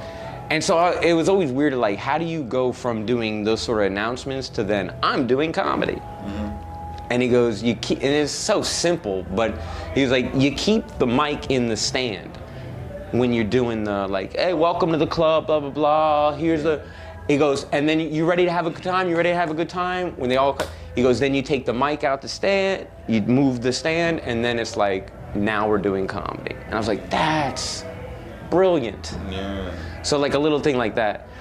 Great. But Ali. I'm sorry, because that was one of my biggest critiques in me submitting my fucking videos for review for people and whatnot. And it was the mic, getting stun locked on the fucking mic. Mm-hmm. But I'm not hosting. But that's a great, that ties into the whole fucking thing. It's really good of it. And then like Ali, his shit was like, sorry. Cause he's like, he's auditioned in front of like, you know, they go audition and then he goes, it's me in a room with 5 executives in a suit, in suits, and you gotta do your act. He's like, but you do it like it's to everyone, like it's the whole fucking crowd. He's like, and you should know what's your 1 minute set, what's your 2 minute set, what's your 3 minute set, what's your 4 minute set, what's your 5 minute set. So if somebody goes, give us a 5 minute set, you already know, this is my 5 minute set. Yeah, this is my type 5. This is my 1 minute, 2 minute, because executives in different situations are gonna ask you for different things. So if you, in your head know, if I have to, here's my 10 minute set, here's my 15 minute set, here's my 1 minute set, here's my 2 minute set. But then you know that. It should not be a roast joke. No. It should be an actual joke. It should be a fucking joke. Like him walking in front of the fucking camera. What was that? Da-da-da. But yeah, so, yeah. That's actually a very good fucking piece of advice. I really appreciate you sharing that with me. Fuck, another comedy question. What tools or things are you doing now to help further your career? I know you have the idea that you want my help with, and we shouldn't talk about that. But anything else? So no, I'll bring it up. This motherfucker's trying to do fucking what is it? The knife. Fucking, you're learning how to spin knives. Oh shit! I've completely forgot I did that. See, this is one of these things. You know what I do? Video and cut off his finger. We're coming back to the clip right here. The butterfly knife. I was doing that shit. Yeah, but this was funny. Like, whenever I get like real depressed and I can't force myself to do the things I need to do, I at some point can't just sit around and do nothing. So then I'm like, let me do something. So then I'll like pick up butterfly knives or some shit. And then I do it for like 2 weeks until I get my mind back right. And then I never do that shit again. Bro, I've like painted shoes before. I do all sorts of random shit for like a couple of weeks. So that was one of them. When you said that, I forgot I even did that. That's so funny. I forgot all those tricks that I learned. I still know how to like flip it open and shit, but like all the other shit I forgot. You should paint a pair of shoes with like a famous comedian on them. I'm actually doing a pair of shoes right now for Ben Daniel. Okay. They're gonna be dope. What was it? Oh, Bert and Ernie, or like Sesame Street? Yeah, Sesame Street. Yeah. It's gonna be dope. Nah, dude, you gotta do some comedians on it. I want a pair of Richard Pryor Nikes. I can do that. That'd be cool. Fuck yeah, bro. We gotta make that happen. Well, what do you think about the documentary I was telling you about? The rockumentary, the fucking docu-series. Which one? The one I was just telling you about doing. Can I get 5 minutes? And I want it to be clips of fucking comedy and interview style like this. Yeah. With like some. I think that's dope. Burning, putting on. Yeah. I think that's cool. Yeah. Yeah, it's cool. Oh, that's what I was gonna say, because you said, what are you doing for your comedy career or shit like that.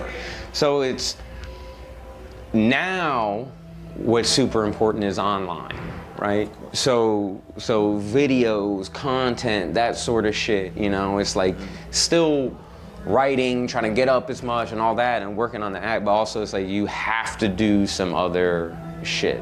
Because it's not like it was back then. You could be the funniest motherfucker in the world. There's a million funny motherfuckers. So you have to do some shit to like. But if you're not showing it to nobody, you're not exactly, showing it to nobody. exactly. So you're doing shows, whatever, but like you have to have something else too. You have to have some sort of online presence. You have to have some sort of videos, and it's like. So. That's why I'm really trying to get working on like comedy adjacent stuff. Yeah. Well, what we're doing right the fuck now. Exactly. This is content. Yeah. Beautiful. Yeah. You know? Because that's what the fuck we need. Distribute it though. That's like what I'm. Yeah, I don't know. I don't know how to. This is the thing. I don't know how to market good. I don't know how to market good. That's what I gotta figure out. That's my fucking task. Yeah, that's what we all got to figure out. You know? Did I fit? Yeah. Or then, you know, because then we won't be sitting here. How do I sell my soul to the devil for 5 minutes of stage time? Well, that's easy. I'm just kidding. Well, that's easy. The fuck? What is it? Buy Coke and give it to the host? Just do whatever silly shit. Oh, okay. You ain't got to sell your soul. Not the answer. Oh yeah, of course I don't have to sell my soul. All I have to do is sign up on a fucking list and go up and do comedy. But you got to do it for fucking 10 years before you get anything. Oh, yeah. So like every other profession. This can't. So like every other profession. Of course, 100%. You have to have what is it? 10,000 hours? I'm saying it's like that's what. It's harder to picture for like a creative job like this, but this is what people do every day in their careers. They were an intern and then they worked low wages until they were. So that makes sense, but it's like when it's creative, it's like, oh, it's crazy, you know? It's like, no, it's the same shit. So it's like you just work, you build up over the years. And something happens or something doesn't. I was talking with my brother about this the other day. He was saying that the common denominator between fucking Kanye and like Pharrell and a bunch of other like people that have made it was Travis Scott was that they're all fucking delusional. And I said that it's only delusional if it doesn't work. If you do not succeed, then yes, it's delusional. But if you fucking knew it all along, and you made something happen, then it's not fucking delusional. Well, and again, it's just like, it's delusional. Okay, there's lots of people that for years work at a fucking profession and then they get fired. They lose their job. So whatever, you know what I'm saying? Of course. I forgot where I was going with that, but it was the point. We'll circle back to it next time. On Can I Get 5 Minutes? Can I? Who hosts this? Who hosts this? Bro, so who hosts this? So I interviewed fucking Dane Soder and he helped me with the camera work earlier. Dude, and I told him the name of it and you could just see in his eyes like, this motherfucker's not asking me for 5 minutes tonight. Not at the Improv. Like, it was that look right there. Like, what? He goes, I've been on Billions. You're not getting 5 minutes. No, not at all. He would do a Cat Williams impression in my mind. And I don't think But he's such a sweet guy. Oh shit. You confirmed it. He did a Steve-O impression. Who? Dan Soder. Oh, for real? It was so fucking good, dude. All right, that's what I'm talking here tonight. Thank you. All right, we all wrote. All right, what's up? What's happening, big dog? First question. What was your very first vehicle? First vehicle, Toyota 4Runner, SUV. Yeah. All terrain. 2004. Yeah, I beat that bitch up bad. I ran into lots of mailboxes. I put it through so much. It was so nice when I first got it. By the end. By the end, it's just bad. Yeah. What'd you end up doing with it? I sold it. Sold it? Yeah, someone bought it. It had 300,000 miles on it, so I sold it for $1,000. Happy birthday. Hey, whose birthday is it? Ours. Oh, happy birthday. Take the picture, bitch. Happy birthday. It's a video, I think. Oh, is it a video? Yeah. Oh, hi. Hi. Yeah. Bye. See you fucking later, asshole. Yeah, we just fucking birdie. All right. Well, that was a great answer. Thank you. Second question. Yeah. Is there a piece of advice that you have learned from a mentor or higher up meeting that really like stuck to heart with you? Like, Yeah, dude, absolutely. What you got? The best advice I ever got was just to treat everyone the right way. Like, I've met so many people who, when they start comedy, everyone's humble and like eager to learn, right? And then you get to a certain point for some where they start to feel like they're above others, and you just never know who's going to be in what position down the road. And I think the people that mentored me just taught me, like, just always be cool, dude. Always remember you were the person at the bottom of the open mic list at some point, and just be decent to people. It'll get you so much farther than people expect in comedy. Like, just being a decent hang and a nice guy, it pays off, for sure. 100%. That's so funny because that's the common theme tonight. Yeah. You're the third comic that I've seen, and that's it. Yeah, dude, it's Don't so be true. a dick. Keep your ego in check. Treat everybody with respect. Yeah, dude. Such a great one. Comedy's so hard already, and it's so lonely already. It's like, don't alienate yourself from other people either. You don't want to be the one that has no fucking friends in the end, too, because it's lonely enough already. 100%. Thank you for your time. Of course, Appreciate you very dude. much. No, dude, I appreciate you.